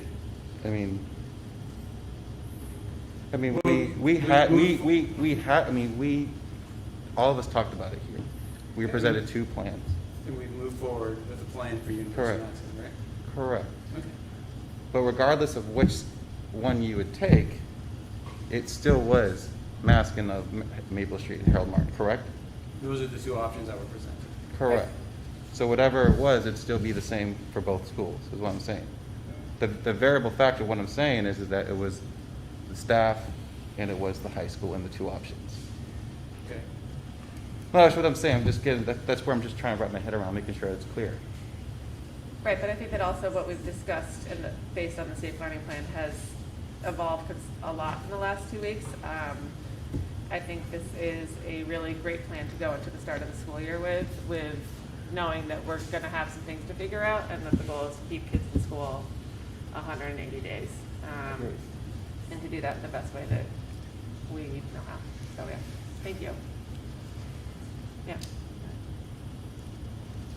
Anything else on this topic we want to discuss tonight? I guess the only outstanding issue is you know, when do we move beyond? Like, when do we move? And so I guess my request would just be to keep that on the agenda. We'll revisit that, but each of us should be thinking about that. You know, what would it be? And I would actually even ask us each to maybe write down what it is that we're thinking of, and maybe circulate. I would ask for that from the board. Yeah. So I would ask that you, whatever your area is that you're looking for success towards the removal or optional, okay? I'll compile the data. Our admin team will meet, review, and understand that it's a partnership, and we'll compile it, and then we can have the discussion. And then set attainable goals on when we can meet those.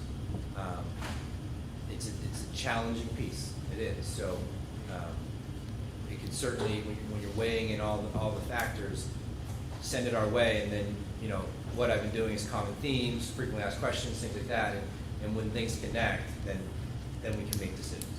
Mike, do you want to collect that? Do you want to go through me? I'd send it to Jim, and then Jim can send it to me. Does that work? Yeah. So, you know, our next meeting is on the 14th of September? 14th, yep, we're going back to reset. Yeah. And so I would just ask before the 14th, any ideas you have around that? And I can set out a reminder too, so it won't, in case you forget. But that would be helpful to compile, and we come back in and sort of kick that around. All right. Anything else for the discussion here tonight on the safe learning update? We do have a public comment. I'm sure the members of the public are going to want to have a discussion around this, and so we can revisit if we want to do some format vote following that. Okay. All right. So with that, if there's no other conversation, I want to thank the building principals and administrative team for coming tonight and sharing. You guys have a busy few days ahead of you, including a very busy Monday. So thank you all so much for joining us. So we're going to move to a financial update and turn it over to Michelle. Sure. So in the packet, the last part of the 2021 school year financial picture is the fourth quarter report. That couldn't be produced for the last meeting because we had the budget adjustments. So these are the final numbers on that, and they are now posted on the website as well underneath the business department for quarterly reports, as well as this will go to the budget committee as well. Any questions for Michelle? Thank you. That's so much Lots of for reading. yourself. My favorite 92 pages of You reading. said it. And the budget committee does look at this. Yeah. They go through it and they ask questions, and that's great. All right. There's no other questions. Michelle, anything else for us? No, there's no donations for this week, so this meeting, so we're all set. Thank you. And then we have an item here for the student staff handbook, Mr. Flynn.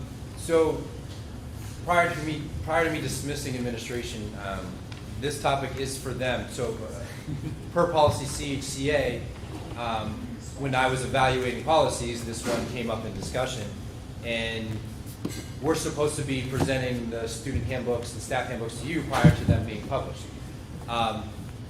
Not sure through discussion of administration when this last was done, but we want to start following our own policies and procedures.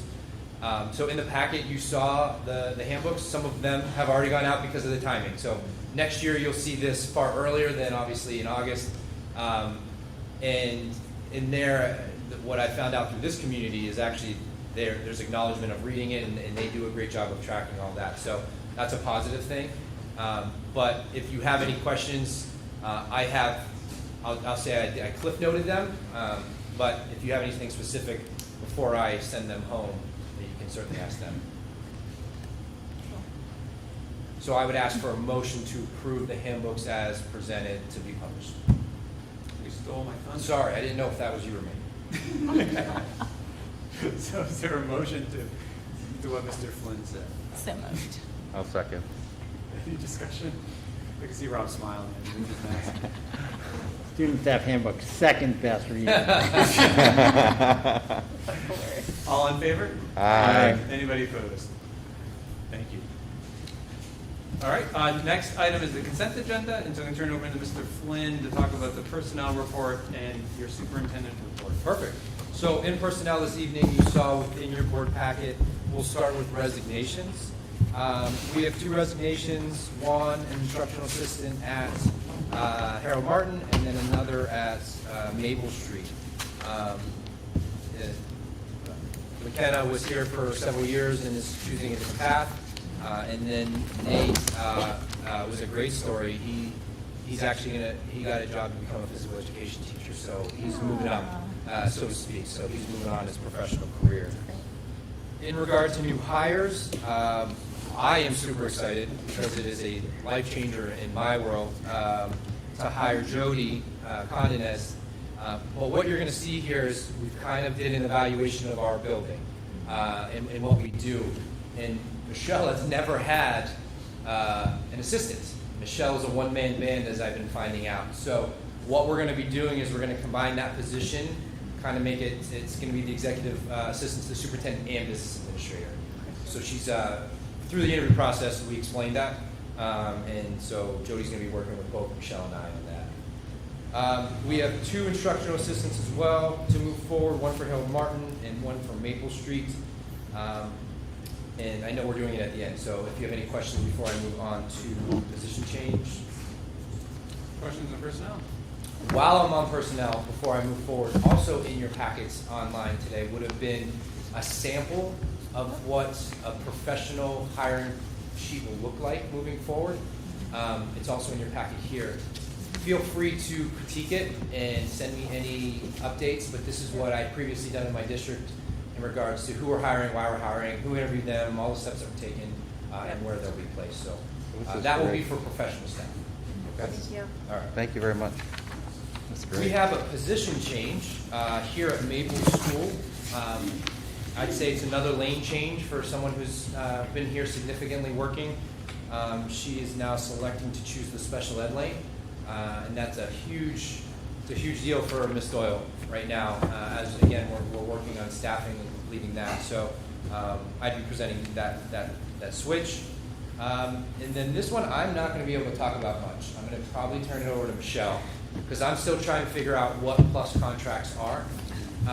So Michelle, do you want to give a highlighted discussion of what's going on? Sure. So I'll start with the high school, the middle high school. So there's some positions that are needed to be like a, not quite a half or even a 0.6. It's like a 0.2 of a person. And when you have not a less than 0.8 in that scenario, you usually have to give a plus contract because what this comes down to is scheduling. Kids sign up, and these are all within budget except for one item for the high school that was not known about, but the kid counts came in the way they are. We'll be fine because of staffing changes throughout the district overall. But that is where that goes. Like for instance, wood, we're only doing a 0.2 in wood. So we wouldn't be able to hire a wood teacher at 0.2. We couldn't even hire when we had it at 0.6. So, and as you can see, a lot of these areas you can't really combine to make them be a 1.0 or even a full amount. Then we can move on to Maple Street School. So Maple Street School, since we last met, more information has been determined of needs for students. Right? Yeah, You so want to talk about that one? I'd love to. Yeah. To put it in the perspective, as I said, I'm trying to figure it out. What I've come to find out is a lot of the plus positions are driven by class sign-up. Yeah. All right, and when our enrollment goes across a number, we have to implement another section within the master schedule. But after meeting with families over the past couple weeks in the discussion we've had, mental health has continued to be brought up, right? And we talked about 2 weeks ago how we're going to do numeracy and literacy through ESSER. But more specifically with the admin team, we found a lane to identify 2 people that can teach extra classes around social emotional health, physical activity. So we're calling it PE wellness. That's the increase in that area. So you'll see that specifically in this building and at Maple Street and Harold Martin. That will allow for, I want to say, almost 4 or 5 more classes a day for these people to work with students to target those areas more specifically around returning to school. So that's what those were added. Those were added before you got here, probably. So that's the difference in that change. Questions on that? Is everybody comfortable? All right, moving on to your Schedule B. We were fortunate enough to find an assistant varsity cross-country coach. So we were able to fill that. I will again make another plea for coaching. Anyone who wants to be involved with middle school sports, please reach out. We can certainly use the help. All right, moving on to the superintendent's report. First, I spoke 2 weeks ago about how special the foundation is and how that's not normal. What I want to now bring back is I have now found out our PTA is not normal.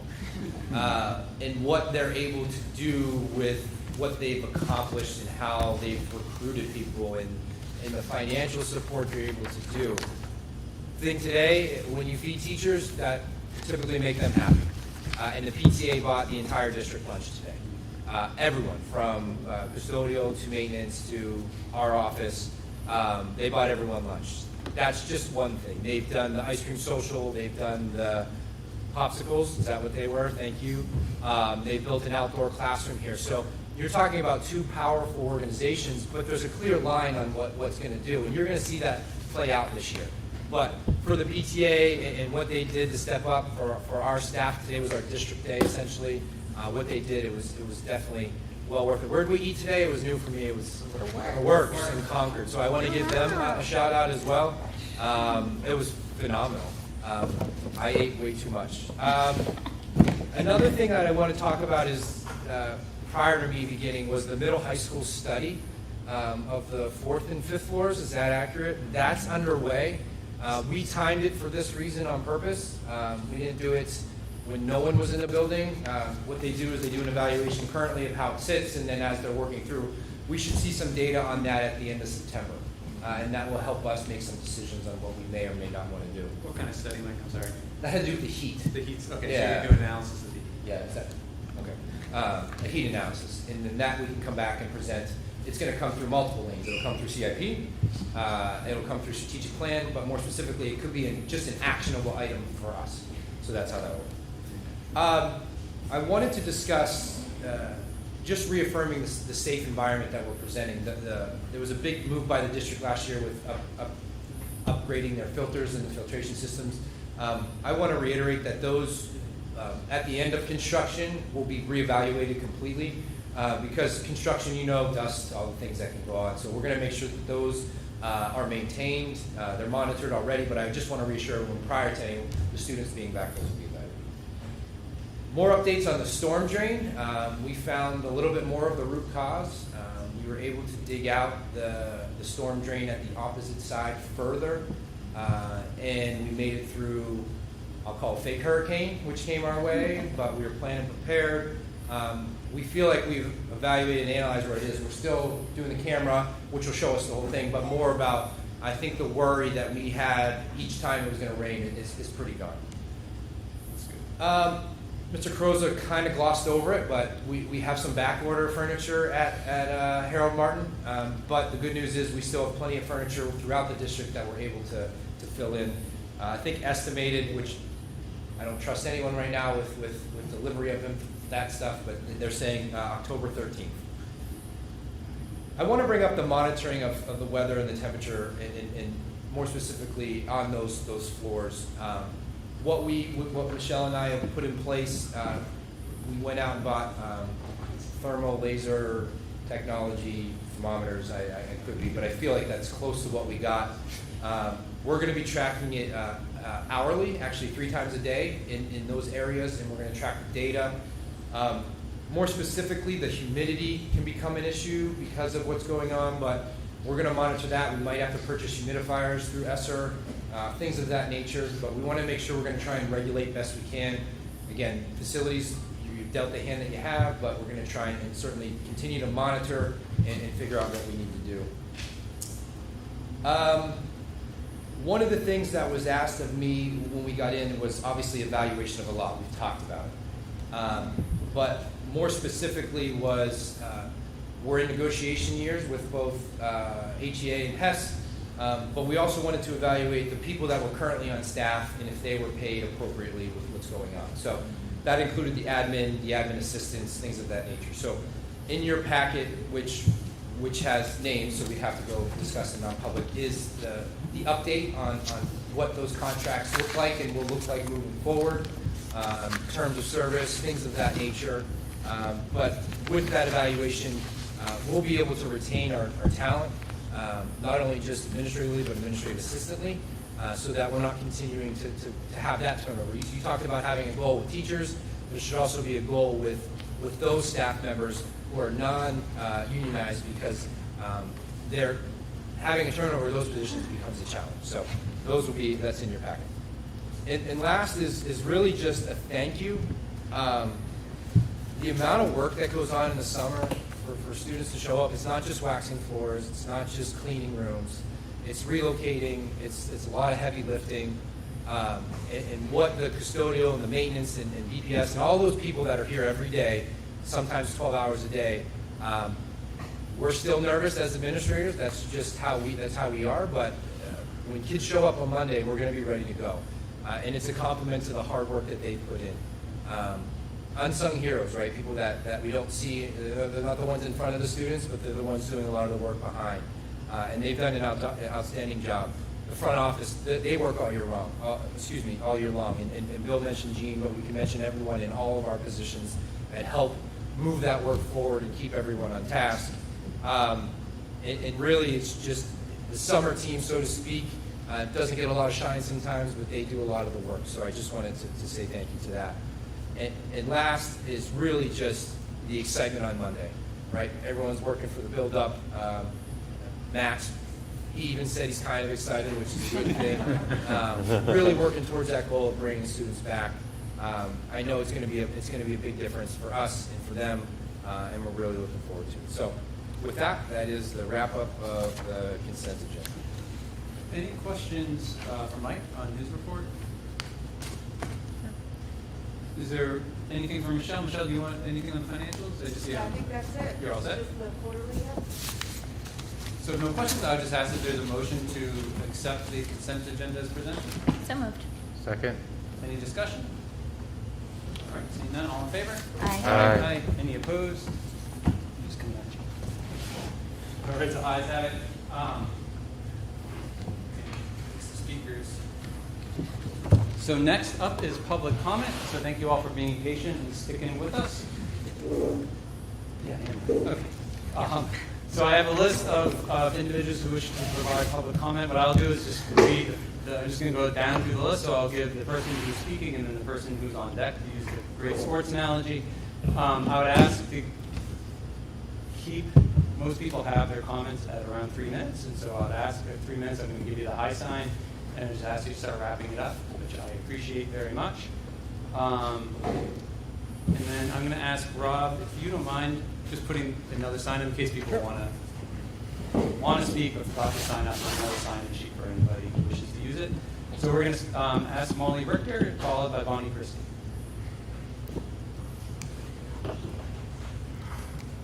Hi, guys. All right, first let me start. Am I hearable? Yep. Right here?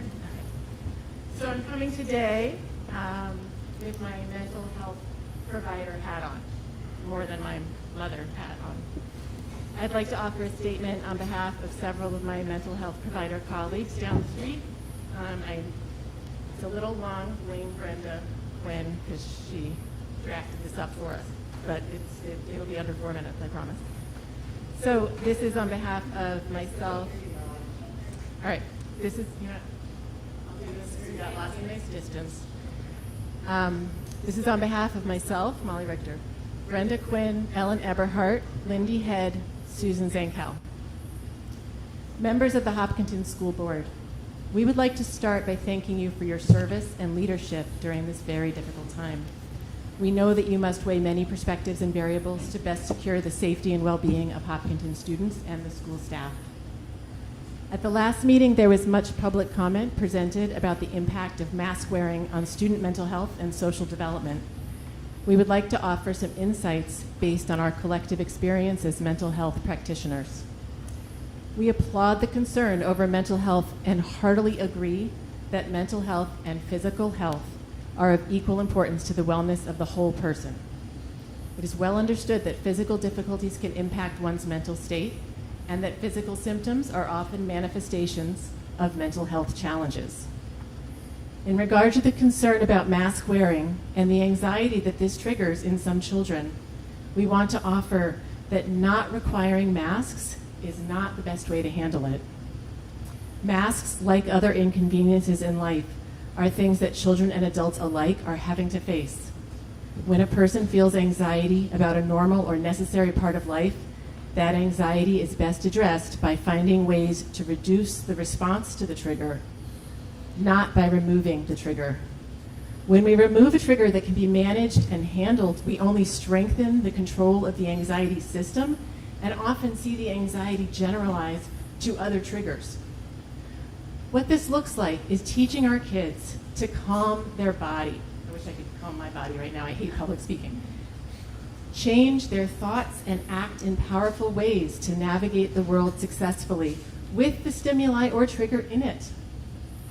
Teaching kids how to ask for mask breaks, choosing a mask that feels comfortable for them, bringing multiple masks to school so that damp masks can be taken off. We know that children with social fears, academic fears, tactile sensitivities, and fear of COVID, to name a few, are asked to overcome and manage their anxieties in the school setting every day. In doing so, they lift the mental weight of coping and become stronger and more confident.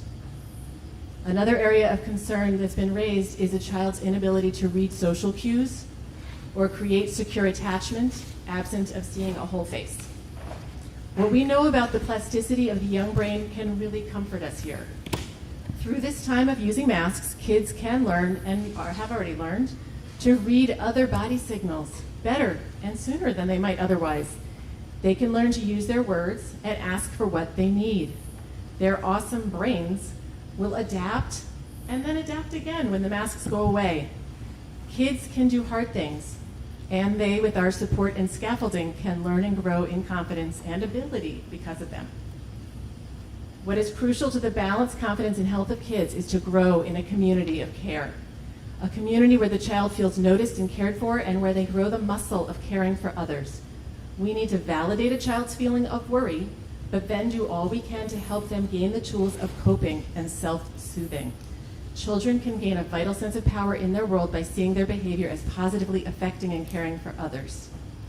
We believe, this is for you guys, I'm wrapping up, that the schools should teach some of these skills during the mask training that Bill Carrozza talked about, for instance, and provide the support that kids need to confront and manage their anxiety, not be ruled by it. Maybe this is something provided by the buddies that Mr. Flynn mentioned. To the schools, please feel free to reach out to us if you feel we can give assistance. Specifically, Brenda Quinn has offered to consult with the school on methods for addressing anxiety, or offer a group for kids who would like to learn skills and become more powerful in addressing anxiety in their lives. Thank you, respectfully. Very much. Thank you. Bonnie Christie, and then followed by Lars Hogberg.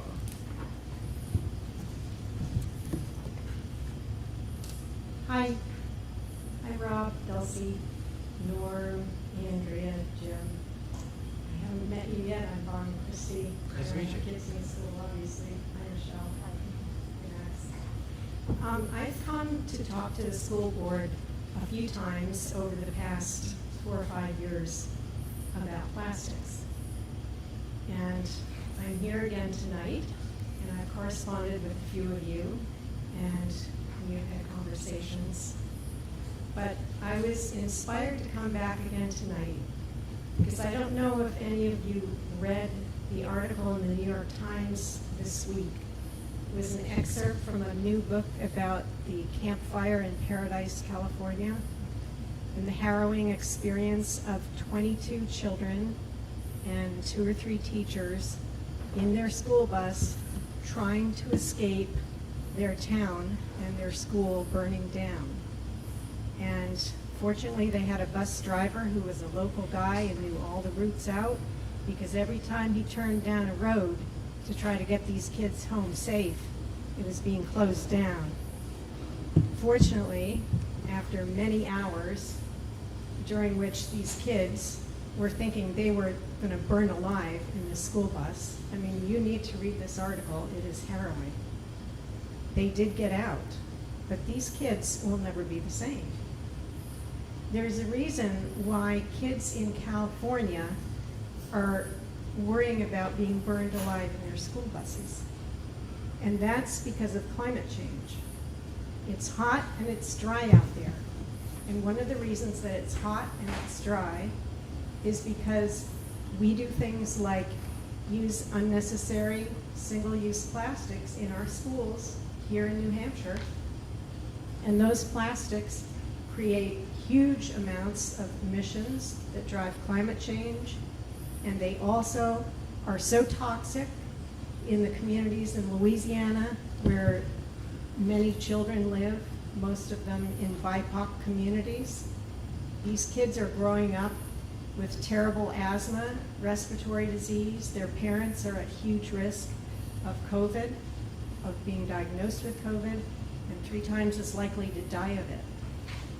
Now, some people don't understand the connection between our kids in our cafeterias using plastic forks and spoons and drinking out of plastic cups and using styrofoam trays. But if there's any confusion about that or misunderstanding or just lack of knowledge, we have a committee that has been working on this for almost 4 years now. And if there's anything you need to know, then we can help you know to make that connection so that we can stop doing this here in our little school in Hopkinton. We are happy to help. We can do a presentation. Norm, you've been to many of our meetings. Jim, you've been to a lot of them. Mr. Flynn, Superintendent Chamberlain convened meetings with us pretty regularly, and we hope that you will continue to do that. We have a sustainability group, and we're looking at a variety of ways that we can be a sustainable school and a sustainable planet. And yeah, so I know that Andrea said she was going to talk to you about the idea of talking to our bus contract company about working on switching to electric buses instead of diesel buses. And she also said she'd bring up the plastic cutlery in the cafeterias. I'm hoping that conversation happens. I remembered the electric buses. Okay. We talked about that. We're going to talk So to them. if it didn't, I forgot the maybe- coloring. Maybe you can get into the next one, and very much appreciated. So sure. thank you. Thank you, Bonnie. And we've talked about the 3 R's committee that might have different names. 5 hours. Yeah. I'm Multiple subtracting R's. R's out of the video. And I think as Mr. Flynn gets a bit more acclimated to his office and being able, I'm sure we'll approach that. Thank you. All right, Lars Hogblum, followed by Reed Lambert. How you doing? Lars Hogblum. I live on 739 Patch Road. I'm coming here today because first I want to say I appreciate Chris, Amy, and Bill. Awesome schools. I love them to death. Why I'm here is I'm being here as an advocate for my kids. I have 3 kids, 1 kid in Maple Street, 2 in the high school. And I'm here really because the biggest concern I have is especially my 5th grader, it's pretty much the same issue that I see at this meeting. Some of you don't have masks, some do. The ones that do, I love hearing your voices, but you sound like the adults from Charlie Brown. I hear wah, wah, wah, and I have a hard time sitting, and even mic'd up, I have a hard time hearing. My child, I know, is gonna have a hard time hearing his teacher, and when he's not sure of himself, he's timid and quiet, and I can't even imagine how the teacher would hear him. Other than that, I'm sure you'll hear more about masks from other people. I do kind of find it ironic that all of this masking doesn't seem, a lot of people saying it's not a hardship, but you seem to need a lot of breaks from it, even though it's not a hardship.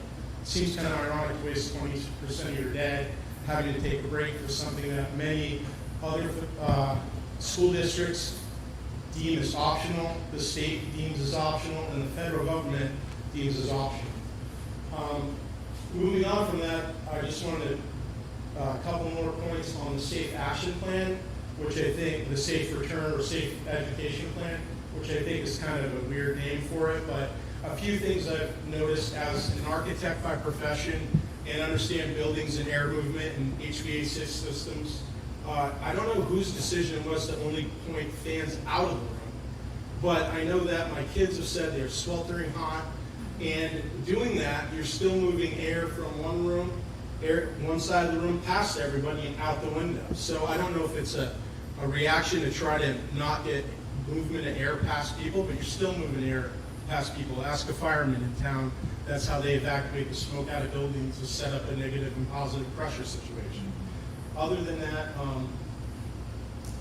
also I have a big concern, and I brought this up to Norm last May, and he said he was going to look into it, and I know you got busy and you whatever, but these tents that are out in front of the high school, a couple of years ago, everybody met here because they were gravely concerned about our children in a cafeteria that people would have to move through to get to the office.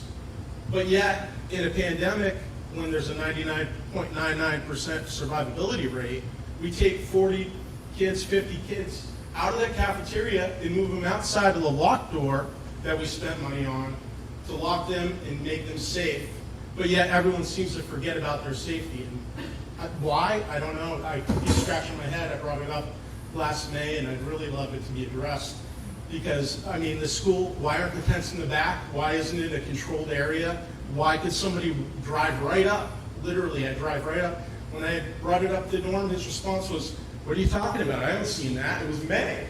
They've been up there for months."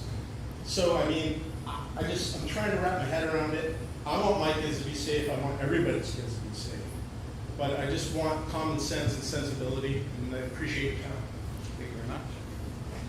Reed Lambert, followed by Tricia Lambert.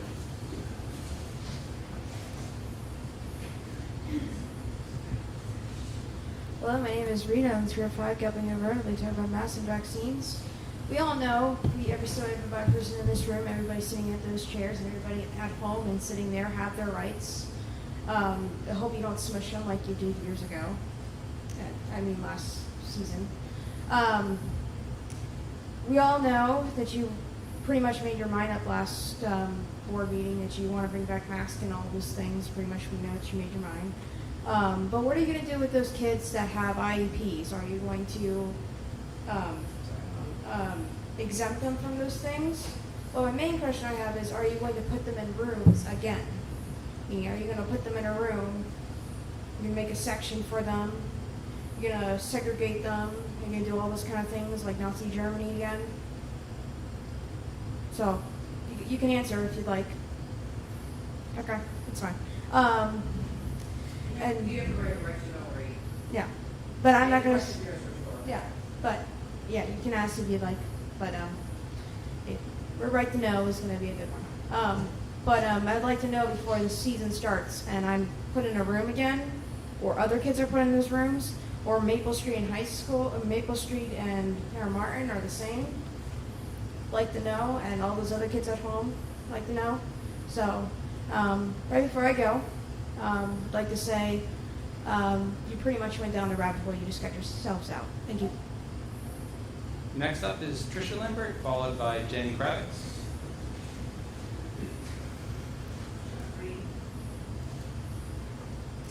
Tricia Lambert, Galvin Hill Road.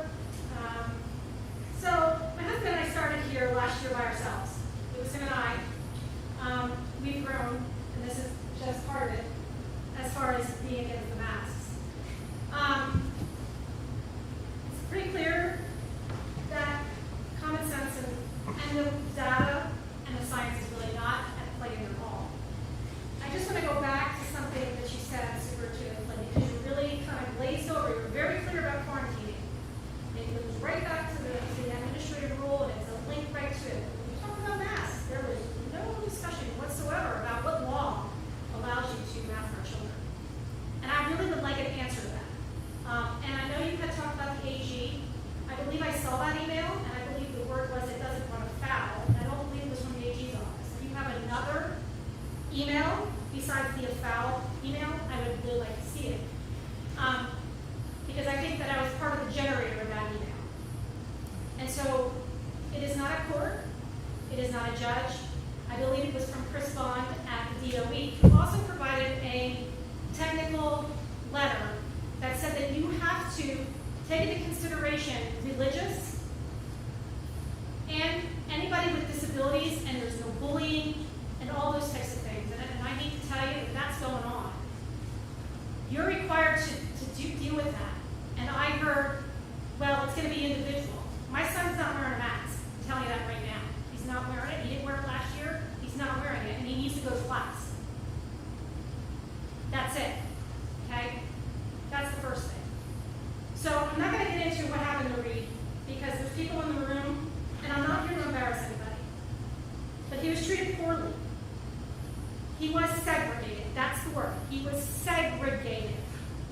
So when he talks about Nazi Germany, that's what he sees. Because you know what? He was learning the Holocaust at that very moment in time. And they sat him with an air purifier. There was one person that actually was nice to him. They were going to stick him in a corner. Okay? That's the truth. And the truth is really hard for you all to hear, but this is the truth. Not to mention, you isolated my daughter over some 48-hour rule that came out of nowhere. And I realize you weren't here, but that's what happened. And they basically made her COVID Mary. She cried and went to her room. She's 16 years old. Okay? That's undocumented, by the way. So, OSHA is responsible for basically determining whether a mask is safe. And every one of you are wearing a different mask, every one of you. And I want to know how each one works. And OSHA has an actual, and I know people say, oh, that doesn't work. It does work. In fact, there's actually people that do this. And you know what? During COVID, they were ignored. Okay, they are an industrial hygienist. And they go to hospitals, not the doctors, not the MDs. These people go to the hospitals and they determine what's safe. You have done none of that. None of it. And there's a lot out there, and it's coming to the surface. Yes, it's not on mainstream news. We know that, but it's out there. And you're all going to regret your decisions, not by board, but individually. You're going to regret what you're doing to these kids.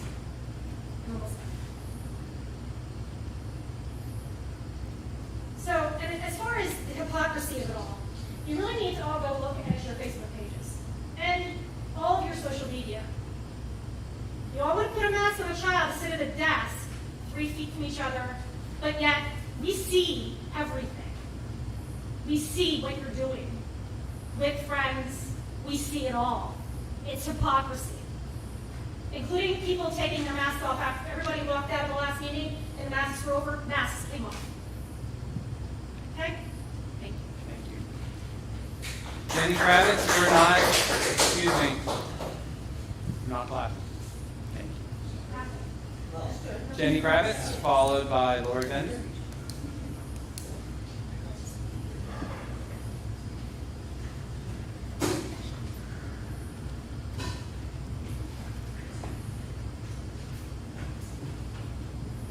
Good evening, Hopkinton School Board and my fellow community members. My name is Jenny, and I'm a mother of 3 boys that attend school here in Hopkinton, 2 of them being on IEPs and 1 being on a 504. Unfortunately, due to the difference in opinions on mandating masks, my middle child, who has suffered tremendously with his mental health during COVID, will now be attending private school. First and foremost, I want to thank each and every one of you sitting before me tonight for doing what you think is the best thing for our community as a whole. But I am here tonight to tell you that I'm doing the same thing as you all, fighting for what I believe is right for my family. It has been 18 months that people have been so scared of dying that they gave up on living. You need to let our children start living, and here's why. Masks cause discomfort and lower blood oxygen levels, and on its face, this may not seem like a reason to endanger others with the spread of a virus, but we must balance this concern with potential impactful discomfort and health effects that prolonged mask wearing may cause for some, particularly under exertion.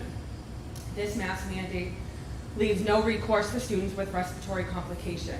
This is a high price that we are asking our children to pay for the rest of society, and I will not ask of it any longer of my asthmatic child. Masking hinders speech development. Babies and young children acquire their native language, not just by listening to speech, but through looking at mouths in their parents, caregivers, and teachers. Masking slows the acquisition and development of speech, something my preschooler is on an IEP for. I no longer will allow a mask to hinder his speech and development. Masking inhibits human connectivity.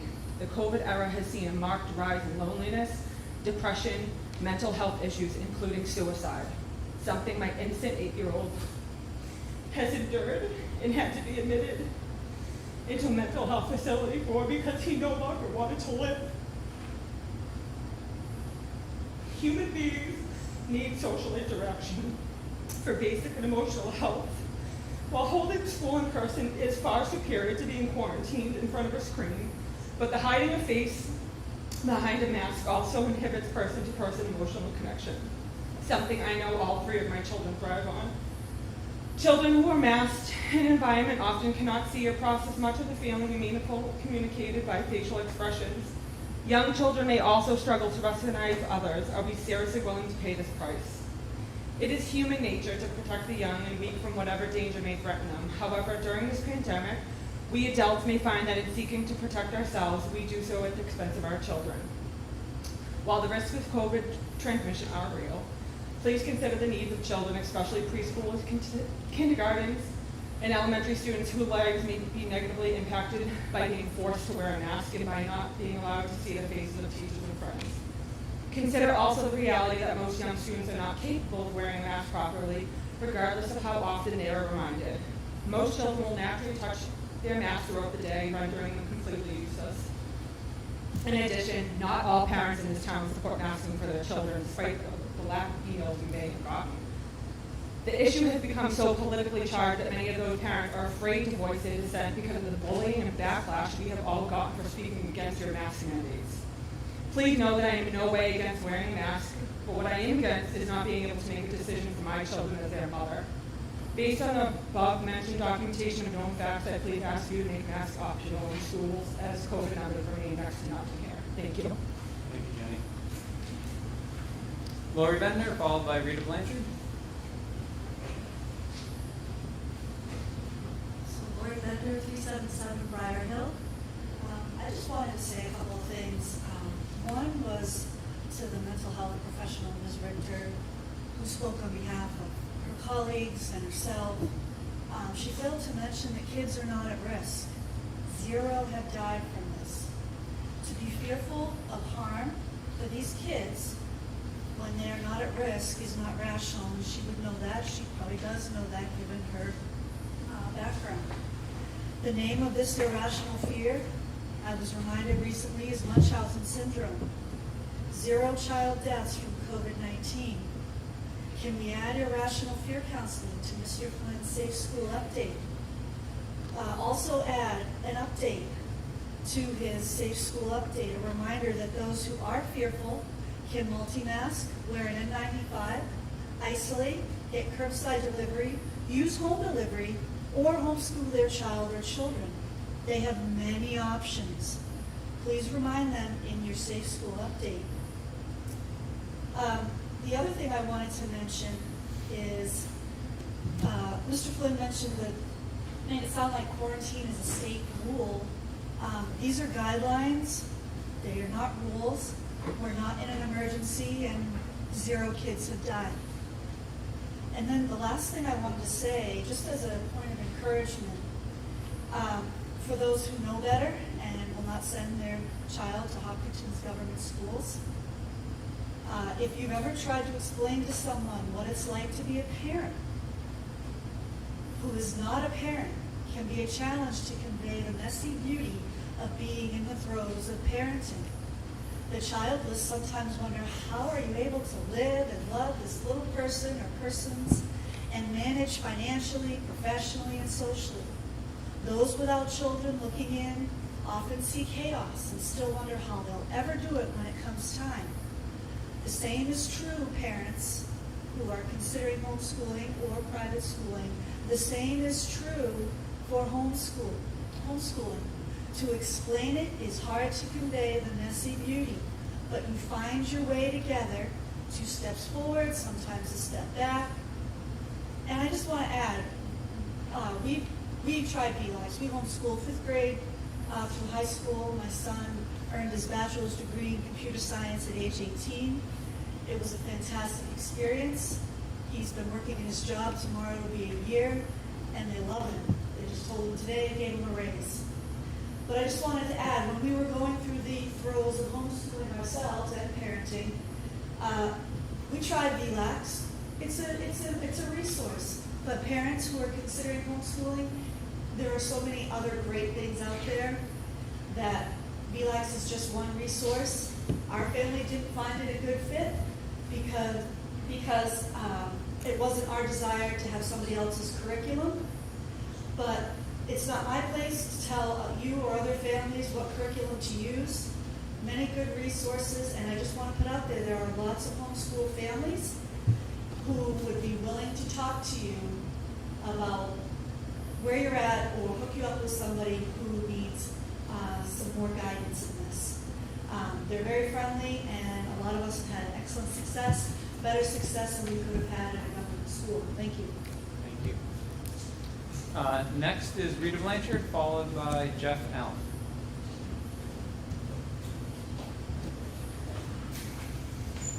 Rita Blanchard, I'm going to go off trajectory here a little bit. I'd like to invite everyone who's listening in on this to explore a website called HopkintonChildrenFirst.com. This website is raising awareness among students, parents, and stakeholders about the teachings happening in our school district. It provides resources as a foundation to help the parents understand and research what the social justice and culturally responsive teaching movements are about. Because critical race theory is our current focus. Understanding is key to making informed decisions about the curriculum that will shape the future leaders of our community, our children. To quote Booker T. Washington, there are 2 ways of exerting one's strength. One is pushing down, the other is pulling up. HopkintonChildrenFirst.com, their goal is to lift up all children.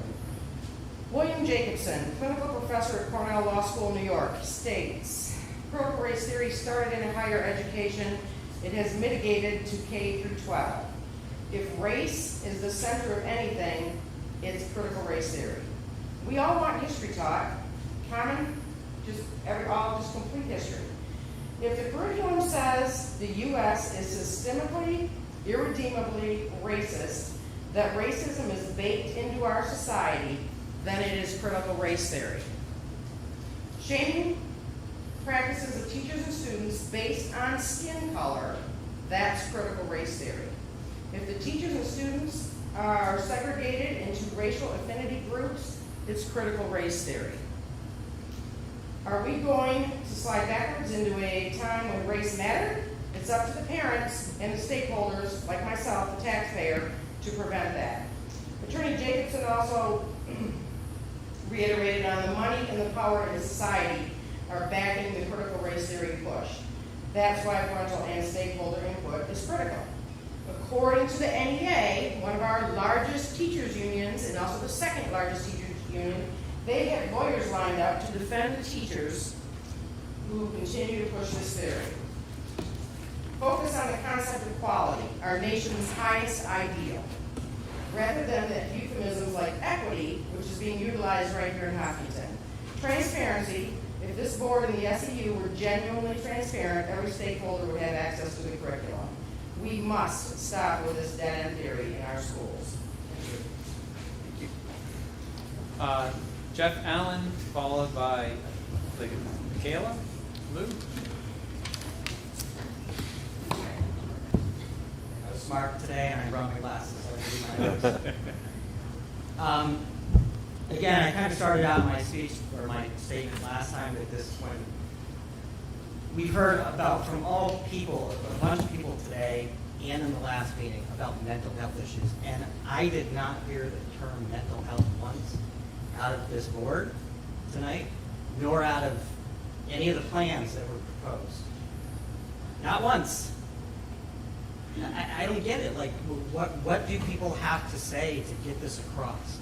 This is a mental health issue, folks. And look, I have a parent that worked in mental health her entire life, okay? Mental health has been ignored for a long time. It's a serious issue. We need to stop ignoring it. You need to stop ignoring it. How many children, or how many individuals have passed away from COVID in New Hampshire since the beginning of COVID? From the age of 0 to 19, zero people. So when we talk about metrics to when is this going to end, when are we going to adopt a different policy in this town or wherever? How do you take a number that's 0 and go to less? How do you go from less than 0 to where do you go? I mean, is it about infection rates? I think currently we're at 0 to 4, 1 to 4 here in this school district. But fatalities, it's 0 since the beginning, from ages 0 to 19. Where do you go from there? I don't understand. So we're taking what we are considering as a threat, which I think we're considering a threat because it's coming from the top down, guys. And I hate to say it, if anybody says, okay, this is not a political issue, it is. This stuff is coming from the top down. Okay? We're taking a supposed threat that has led to not a single life lost in the entire state of New Hampshire between the ages of 0 and 19. And we're like micro-focused on that. But yet, we're taking every mental health issue and just throwing it out the window. I don't get it. It doesn't make sense. And I know a lot of you guys have your minds made up. I understand. And I'll be honest with you, this is a political issue. I think a lot of your minds are made up. Not because of the science, not because of the common sense. Okay? But because of politics and probably lawyers, okay, and attorneys. And I heard earlier, I have a bunch of things on here, but I'm going to probably wrap it up with this. First of all, I said this earlier, I don't think there's a finish line. If this current board stays in place next year, we're going to be here next year. And we're going to be here the year after that, because there is no finish line. That's my opinion. Because you can't take a number that's 0 and make it less than 0. There's no finish line. We start looking at the mental health issues and stop worrying about politics, stop worrying about what the top down is saying. Okay, and really look at it with a critical eye and say, are we doing what's best for these children? Because right now, myself and a lot of other people, I consider myself a common sense person. And what I'm seeing happening right now is not basic common sense. And it's not basic science. Okay? If there was a large number of deaths in that age population, I would feel a much different way, but there isn't. So I hope and I pray that you guys really look at this with a critical mind and try to put everything else aside and really study this and think about what is right for our children, especially our younger children. You know, our kids in the first grade, second grade, they're the ones that are most affected. I know I'm way over my time. They're the ones that are most affected by these mental health issues. The second graders, third graders, you know. And I'll just leave you one last thing. This is just me speaking facts. Please don't take it as any other way. But if children show up to school without masks, it's more than just a disciplinary issue. It might be for you, but for parents, it's a legal issue. Okay? It's a legal issue because they're here to protect their kids. So just please keep that in mind. Thank you. It's more than just this. Thank you. So if we have more applause, I'm going to stop public comment. So I just really ask you to respect the rest of the people in the room. Is that okay? Thank you. So next up is Michaela, followed by Lauren Klein.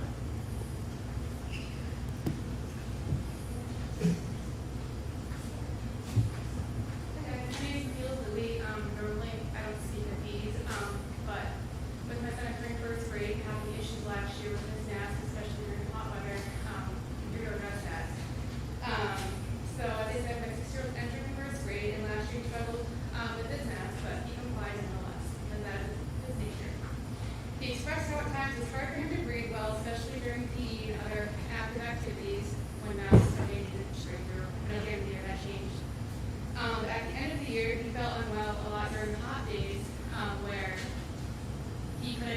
mask break when it was hot, they didn't have AC, their fans in their rooms, and didn't feel heard about that. And they often came home like, Mom, I had a headache, I was dizzy today, and that's really unusual. My son has complained of those things, and I know entering next week, the weather is still going to be hot. We're all safe here in the summer as well, and our kids are going to do the same. I know my son was not the only one who experienced issues with mask wearing. I'm aware of the students who also need to be seen by the nurse from the issues that stem from the masks alone. The issues wouldn't have been a problem had the students not been forced to wear masks. Many students in the school, many parents in the school community are extremely upset at the rash and immediate decision to remove our rights as parents to decide for our own children. Some of those parents have not spoken up for fear of being spoken down to or bullied by those who share a different view, as we've witnessed before, and I am one of those people, which is why I don't speak up. But tonight, that's different. People can say what they want. It's our job to make the decisions for our children that we feel is safe for our own child. In regards to masks, in 2009 and 2015, the NIH conducted a test for cloth masks and their effectiveness against respiratory viruses. Both tests concluded that masks are ineffective and should not be recommended due to the increased risk of infection while in use. Most of the students wear cloth masks at school or homemade ones. Many of them touch their masks many times throughout the day. Their masks are removed at certain times, put right back on. They become soiled, wet, and unsanitary, and renders them even more inadequate than they already are. Fabric isn't magic, so logically, if you can breathe the virus into your mask, you can also breathe it out through your mask. This is also the case with some disposable masks as well. Studies also show that you're more likely to contract a virus or bacterial infection from masks because they receive moisture and molecules linked to the moist mask. Just like any other contagious virus, your best defense is basic hygiene and staying home if you're experiencing symptoms. It's also known that mask wearing is having adverse effects on our kids' mental health. A quote from the CDC says adolescents and young adults experience increased depression and anxiety symptoms, and that COVID-19 measures may be particularly detrimental to our youth. Parents should have the ability to choose whether our children be subjected to such measures. If we are all truly working together for the benefit and health of our children, we need not put them at risk of anxiety that is detrimental to their emotional and mental health. Our voices are being silenced over these issues and other valid concerns that parents have already expressed time and time again. Many parents have already expressed and poured their hearts out over this for the sake of their child, and yet their voices aren't heard. The decision always seems decided long before the meetings. Emails have been sent to all articles and studies, and yet those have been overlooked and ignored as well. Instead, a decision is made for all students based off of fear for those parents who want their kids to be masked. Masks need to be at the parents' discretion, and that's it. We shouldn't be forced to have to withdraw our children from school like parents have already done. Private schools have successfully kept their students in school without masks and without closing. Why can't this be achieved here? This cannot continue to stay one-sided. We can't keep being led on to believe that there won't be a mask mandate, only for the board to blindside us with more excuses as to why it won't happen. There doesn't seem to be an end in sight. In the meantime, we're letting our children down for a logical reason other than a fear-based decision. Myself and other parents want masks to be optional. Can I ask you to wrap up? Parents, our voices matter too. Thank you. Lauren Clement, followed by Dave Lambert. Good evening. Lauren Clement, 86 Maple Street, right here in Tippett. I have 4 kids in the school system, spanning in all 3 schools. First time speaking at a school board meeting. My wife and I are not in favor of the mask mandate. We've done our homework. We've asked questions. There seems to be a lot of may work. This may work. I don't like may. May is not scientific to me. That's not evidence. If I were to say, here's 5 parachutes, let's go up in an airplane, they may work. Are you guys on board? I'm not on board. I'm not taking that lead. I read the science. I'm sure you guys have all read the science, and you've made your decision for whatever reasons, but we're not in favor of it.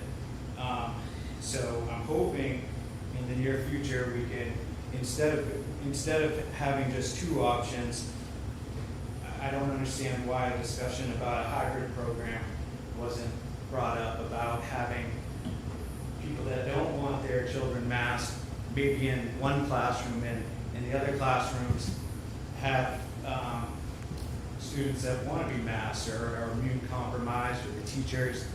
I think that would have given some flexibility. I don't know the logistics of it. I don't think it would work too well with the high school if they bebop all around.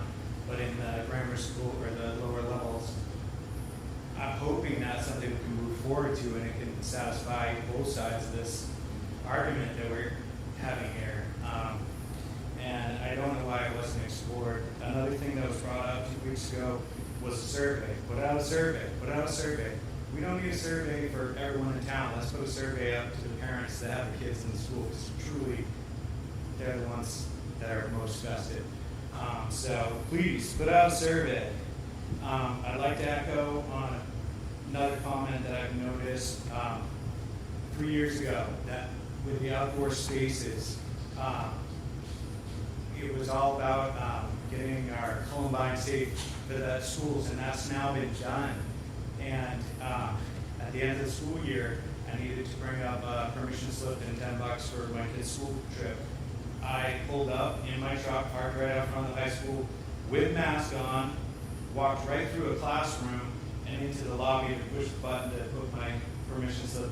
And I'm sitting here thinking, like, 3 years ago there was a gun range proposed in the next town, and people were in here losing their minds about, we need everybody inside, we need to be safe. And then the presentation for the outdoor classroom at Harold Martin, I noticed they put up a new yellow bollard in front of it, and I'm guessing that's for safety. I'm curious what the safety precautions are with the preschool outside. We have all this money invested in tents and this and that, but again, what are the safety measures? You're worried about safety in school for something that we don't feel safe, but dropping the ball on what if a mass gunman's out? I mean, these are realistic issues. They were issues, but now it's okay to push people out, students outside, unsupervised, on walks, 20% of the day, da-da-da-da-da. I'm all in favor of it. I wasn't worried about that personally. I think it's a good idea. I like the outdoor classes. I would rather be outside, always outside. But it seems hypocritical. Safety. School buses. Last year, no one was on the school bus. I think I was the only one putting my kids on the school bus. School buses are the safest mode of transportation. Everyone that's concerned about COVID and masks, they didn't put, we saw the lines out in front of both the schools. Lauren, can I ask you to wrap up? Yep. I guess my last thought would be, there's confusion about a majority consensus on the vote last week, and I think you did a disservice by accepting their 3 votes and saying we have a majority. You two didn't cast your votes as far as I saw, and there seemed to be confusion about, do we have a consensus here or not? I don't think on a select board, a zoning board, if you were sitting on it, you would take 3 votes and call it a majority. You would cast your vote. So in the future, please cast your votes. That's why we elected you guys. Dave Lambert, followed by Mia Richter.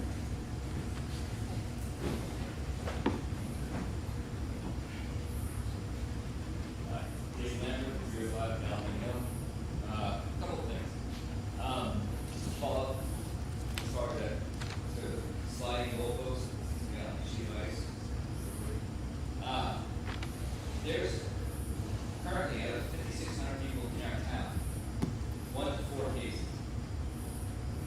It's of everyone, as far as people in the school, children, teachers, there's 0. And we're at like a moderate, not green, not red, we're like this big concern. It's like there's cases in Virginia, cases in Pennsylvania, so I feel like now it's like it may rain in October, so we should probably all make sure we have rain pants and a jacket every day in school.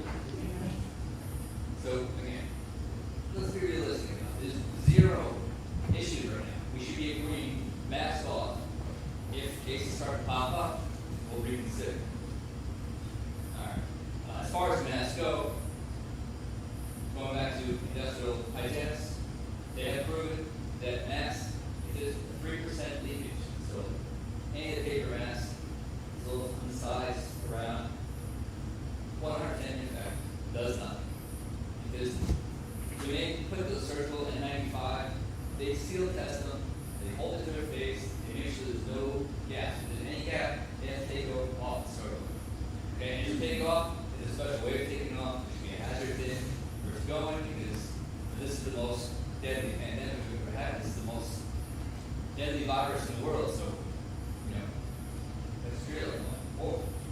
Maybe there is one. Let's tell. Alright. A few minutes ago, there was a message to the people that the board wasn't happy with the way we maybe responded to a speaker.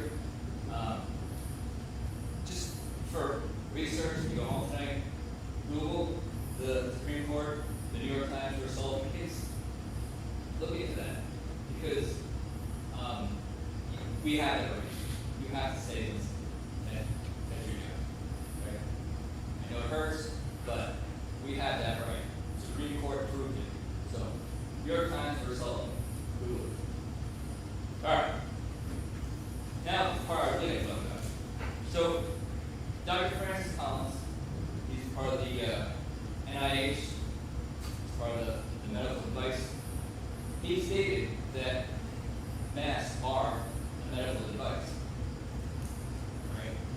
So, sorry, I'm leading here. For a medical device on a child, you need parent consent. Right? If my child has a headache, you show the nurse. I have to get consent for you guys to get an aspirin. Right? So, if you're going to put a mask on his face, which is a medical device, you need my consent. I don't consent. Okay? And with me tonight, I have my do not consent form for my daughter Ava. I do not consent for my son Reed. If I have permission, I would welcome to give this to you.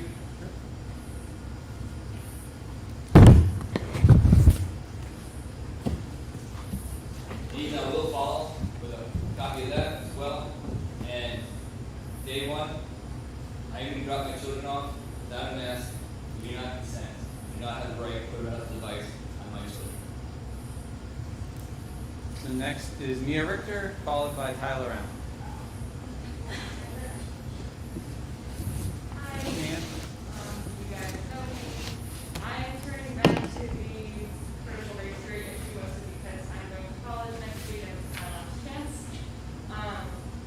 So I've been thinking a lot about what was said at the meeting last week about critical race theory being in schools and vote stamps in particular. And I figured since I graduated this year, I could talk about my experience in the Hopkinton schools. I obviously was not in the English class that read stamps last year, but I did take honors and AP English classes throughout high school, and I did units that were focused on race during those classes. I also read stamps in the last couple of weeks to compare it to the things that I read in high school. It was clear to me that this book is proposing a lens through which we could look at history. But that is true of most of the things that I read in high school. When I was in 11th grade, we did a blog unit in which we all read a book about race. The focus of the blog was on analyzing the author's rhetoric and the merits of their argument. People in that class certainly disagreed with some things made by their books, and we had some arguments. We really were not blindly accepting whatever the books argued.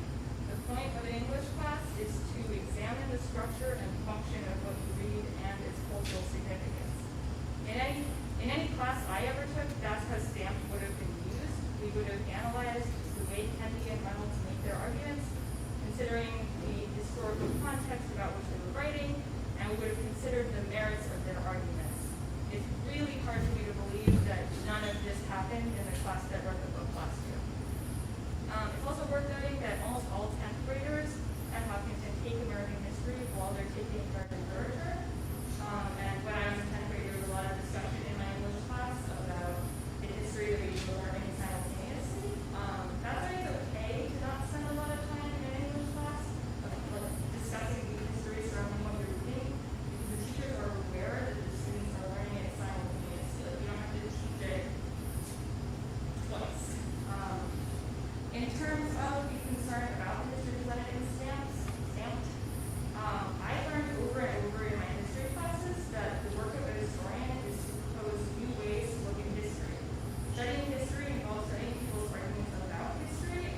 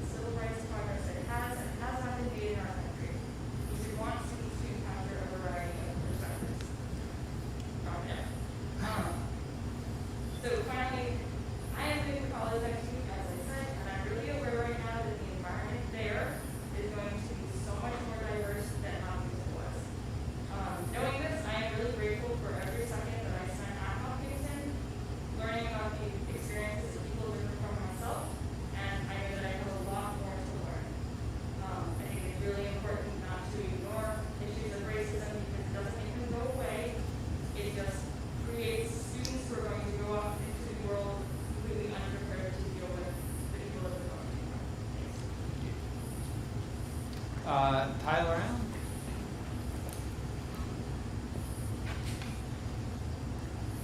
Tyler Allen, 1192 Briar Hill Road. I just wanted to talk today a little bit about more of the mental health in especially younger kids with masking and especially social distancing. I'll just share a little bit about myself. I struggled socially a little bit growing up and just being in social settings without a mask. So I just feel like, throwing that mask on is just creating this whole boundary, and someone mentioned reading other body language. For kids ages, kindergarten through whatever, 5th grade, they can't pick up on those other social cues. They need that facial, they need those facial expressions to work off in social settings, especially with the social distancing. There was talk in the plans about not congregating in groups, which I think is ridiculous. These kids, they need to interact with each other. They need to find their way throughout school. They can't just be sitting down at the table with a mask on, with their headphones in. Like, they're not going to learn how to navigate throughout the world. I only graduated 2 years ago, and they're going to have to learn how to navigate socially. And school is where kids learn that. And they're not going to learn that with a mask on, and they can't live in fear. I feel like a lot of this is just COVID scare tactics. Let's scare these kids. It may not be intentional, but that's what's going to happen.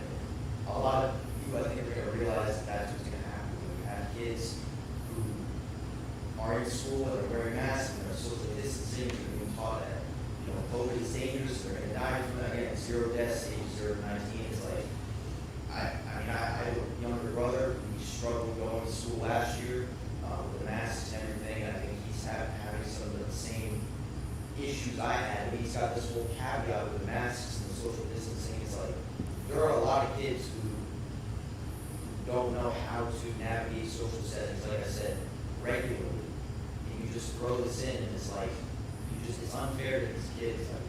Especially when they're not at risk. And people always, make the point of, what's to protect the loved ones. Well, the older adults, the loved ones, they had the opportunity to get vaccinated. And we've learned that vaccines do not prevent transmission.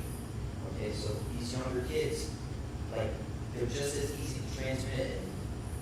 And again, with the vaccines, there's this whole vaccine push for, I think it's 12 to 15 or something, which I think it's unfortunate because I don't think it's right. I don't think that these kids should be pressured. Another one of my brothers, one of his teachers, pressuring, you gotta get the vaccine. Get the vaccine. Tell your parents you gotta get the vaccine. It's like, this kid is 12, 13 years old. He should not be having to make this decision. He should not be having to even think about this. This isn't something that should be impacting his life at that age. 18, 17, 18, 19, okay, now that's when you can make your own decision about if you want this or that. But to be pushing these things on the kids, the masks, the social distancing, and the vaccine, it's not right and it's not fair. And I hope you guys open your mind. I feel like a lot of you it's like it's in one ear out the other. I know you got to appeal to people, but it's like you gotta think about it. Think from your heart and really just not think politically. I don't know. That's all I got to say. Thank you, Tyler. So Tyler was the last speaker I had on the sheet. So how many individuals would like to just Anna? 3 minutes, Anna? Yeah, I'll be the last. I just wanted to say to you all that I'm so grateful for the work that you've done and to the building principals. I'm grateful that you're implementing a multi-layered mitigation approach to entering the school year, from masking to mask breaks, spending time outdoors. I think this school year is going to look very different from last year, and I think it will be better in so many ways for so many kids. You've all been incredibly hardworking and thoughtful, and I'm just grateful for all of the measures that you are willing to adopt. Thank you. Thank you. All right, so I'm going to close public comment. Thank you all very much. See, so we have next agenda item is other business, old business, and committee updates, all thrown together at once. And so maybe we'll start with committee updates to see if there are any committee updates. Norm, do you have- Sure, I'm on a couple committees. So real quick, with regard to the building committee, we're ready. We're ready to start shop, have the schools open up. Everything's fine with the building project. I think Bill alluded to, there's a lot of work still to kind of pick up some of the corridors and stuff, but we're ready to go. The only two areas of concern is a little bit of a delay in the FFE. That's coming in later in October, but we're watching it. And just kind of a brief shout out to Gordon Bristol. He's working with the foundation on a quote for the outdoor classroom for the foundation, and it's not coming out of the facilities project. It is just something that since BPS is here, they're going to work with them on getting them a quote at cost.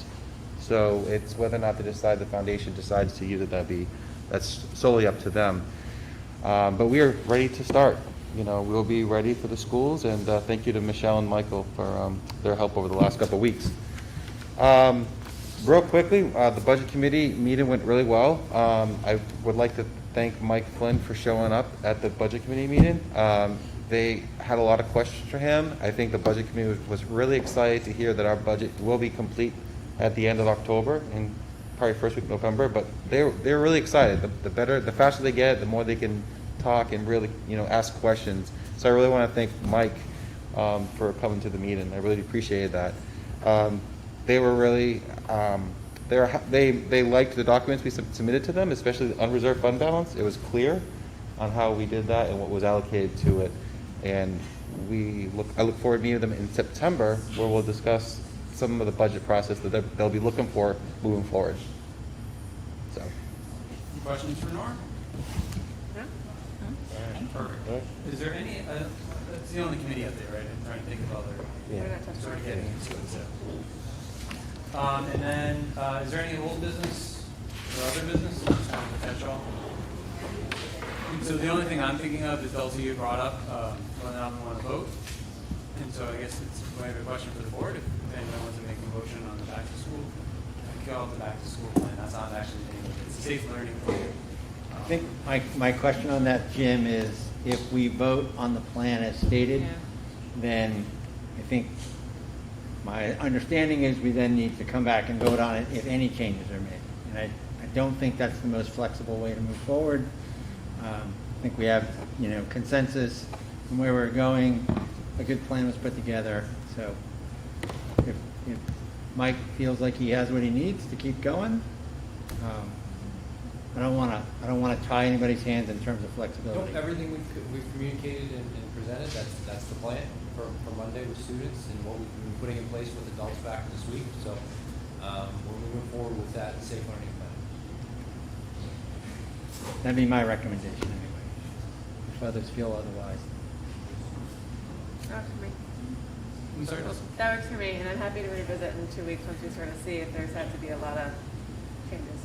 And I guess when we revisit or see where we're at, the one thing that's on my mind is just around our teaching staff. So I was at the, can I ask you guys in the back to stop, if you want to have a conversation, to go out in the hall. It's just really hard to concentrate up here, so I appreciate it. So it was in the high school gym today, sorry, I lost my train of thought, with our teaching staff, which was a wonderful event. I think everybody did a great job. But we had a teaching staff that we know is 90, whatever, take a percentage, but it's, we know that our teaching staff is vaccinated. Mike created a presentation, which was wonderful, but he was 30 feet away. Everybody was masked. And so, so from somebody who's, well, I would just ask us to think about, our teaching staff who we know are vaccinated. And I do know that people do communicate. Children learn through verbal communication as well as seeing facial expressions, and so I guess my preference would be that our vaccinated teaching staff would have masks optional. I know that's not the plan that was presented or agreed to, but I think as we learn more and move through the course of the next couple of weeks, that feels to me like a rational thing to think about, and do since we know the vaccination status of those teachers. as a, sort of one of those next steps to where we want to go. And it's no surprise that I was in favor of an optional mask at the middle high school. And so again, as we look at cases and how we're returning to school, again, that feels to me like another place where we could start to make some of those adjustments or changes over the next couple of weeks, because we know we have a student population that have access to the vaccine, and we're tracking cases that are even popping up. So again, I'm just looking for where can we start making, as we continue to think and make adjustments to this plan. Those seem like two easier spots for me anyway. So with that, is there any other comments for tonight? Hearing none. We do have on the agenda, well, we do have a need, and it's on the agenda. Can I, is it too late? Just to, there was a question I've been thinking in my head. But in terms of future use of ESSER funds, I know we have quite a long time to use all of them, which is awesome. But if there was going to be just sort of how are you guys thinking about sort of like the next plan? What would the next chunk of usage be? Like, how do you think about sort of the timeline for budgeting more of that? So that'll happen regularly when we start the school year, right? Yep. Goals been open schools, so when we begin our leadership team meetings once a month, yep. the needs are brought forward, evaluated from the staff, from administration, and yep. then we'll bring those up for discussion. Awesome. That'll be another continual discussion. Thank you. Yep. And Mike, if folks in the community have thoughts on how they would like our ESSER funds to be spent, how should they reach out? Should they reach out to the board? Should they reach out to you? I guess what was past practice? Was there past practice? We've not really Never had had a ESSER lot of funds. Why don't you let me develop a plan and I can talk about it at the next one? Okay, that'd be great. Survey. Anything else? All right, so we do have on the agenda and a need for non-public. And so I would ask if there's a motion from the board to enter into non-public under RSA 91A:3, Roman 2, C, and that is for reputation. So moved. Second. And so it's a roll call vote. So Rob? Yes. Chelsea? Yes. Norm? Norm Gupel, yes. Andrew? Yes. And Jim O'Brien, the yes. And then, this is so everybody knows, in addition to our discussion on reputation, we'll also be having a brief discussion regarding negotiations, which is a non-meeting, which is a very strange term, but I thought I'd let everybody know anyway. So no decisions will be made. Correct. Thank you. With that, I will adjourn the meeting at 10 of 10. Thank you all.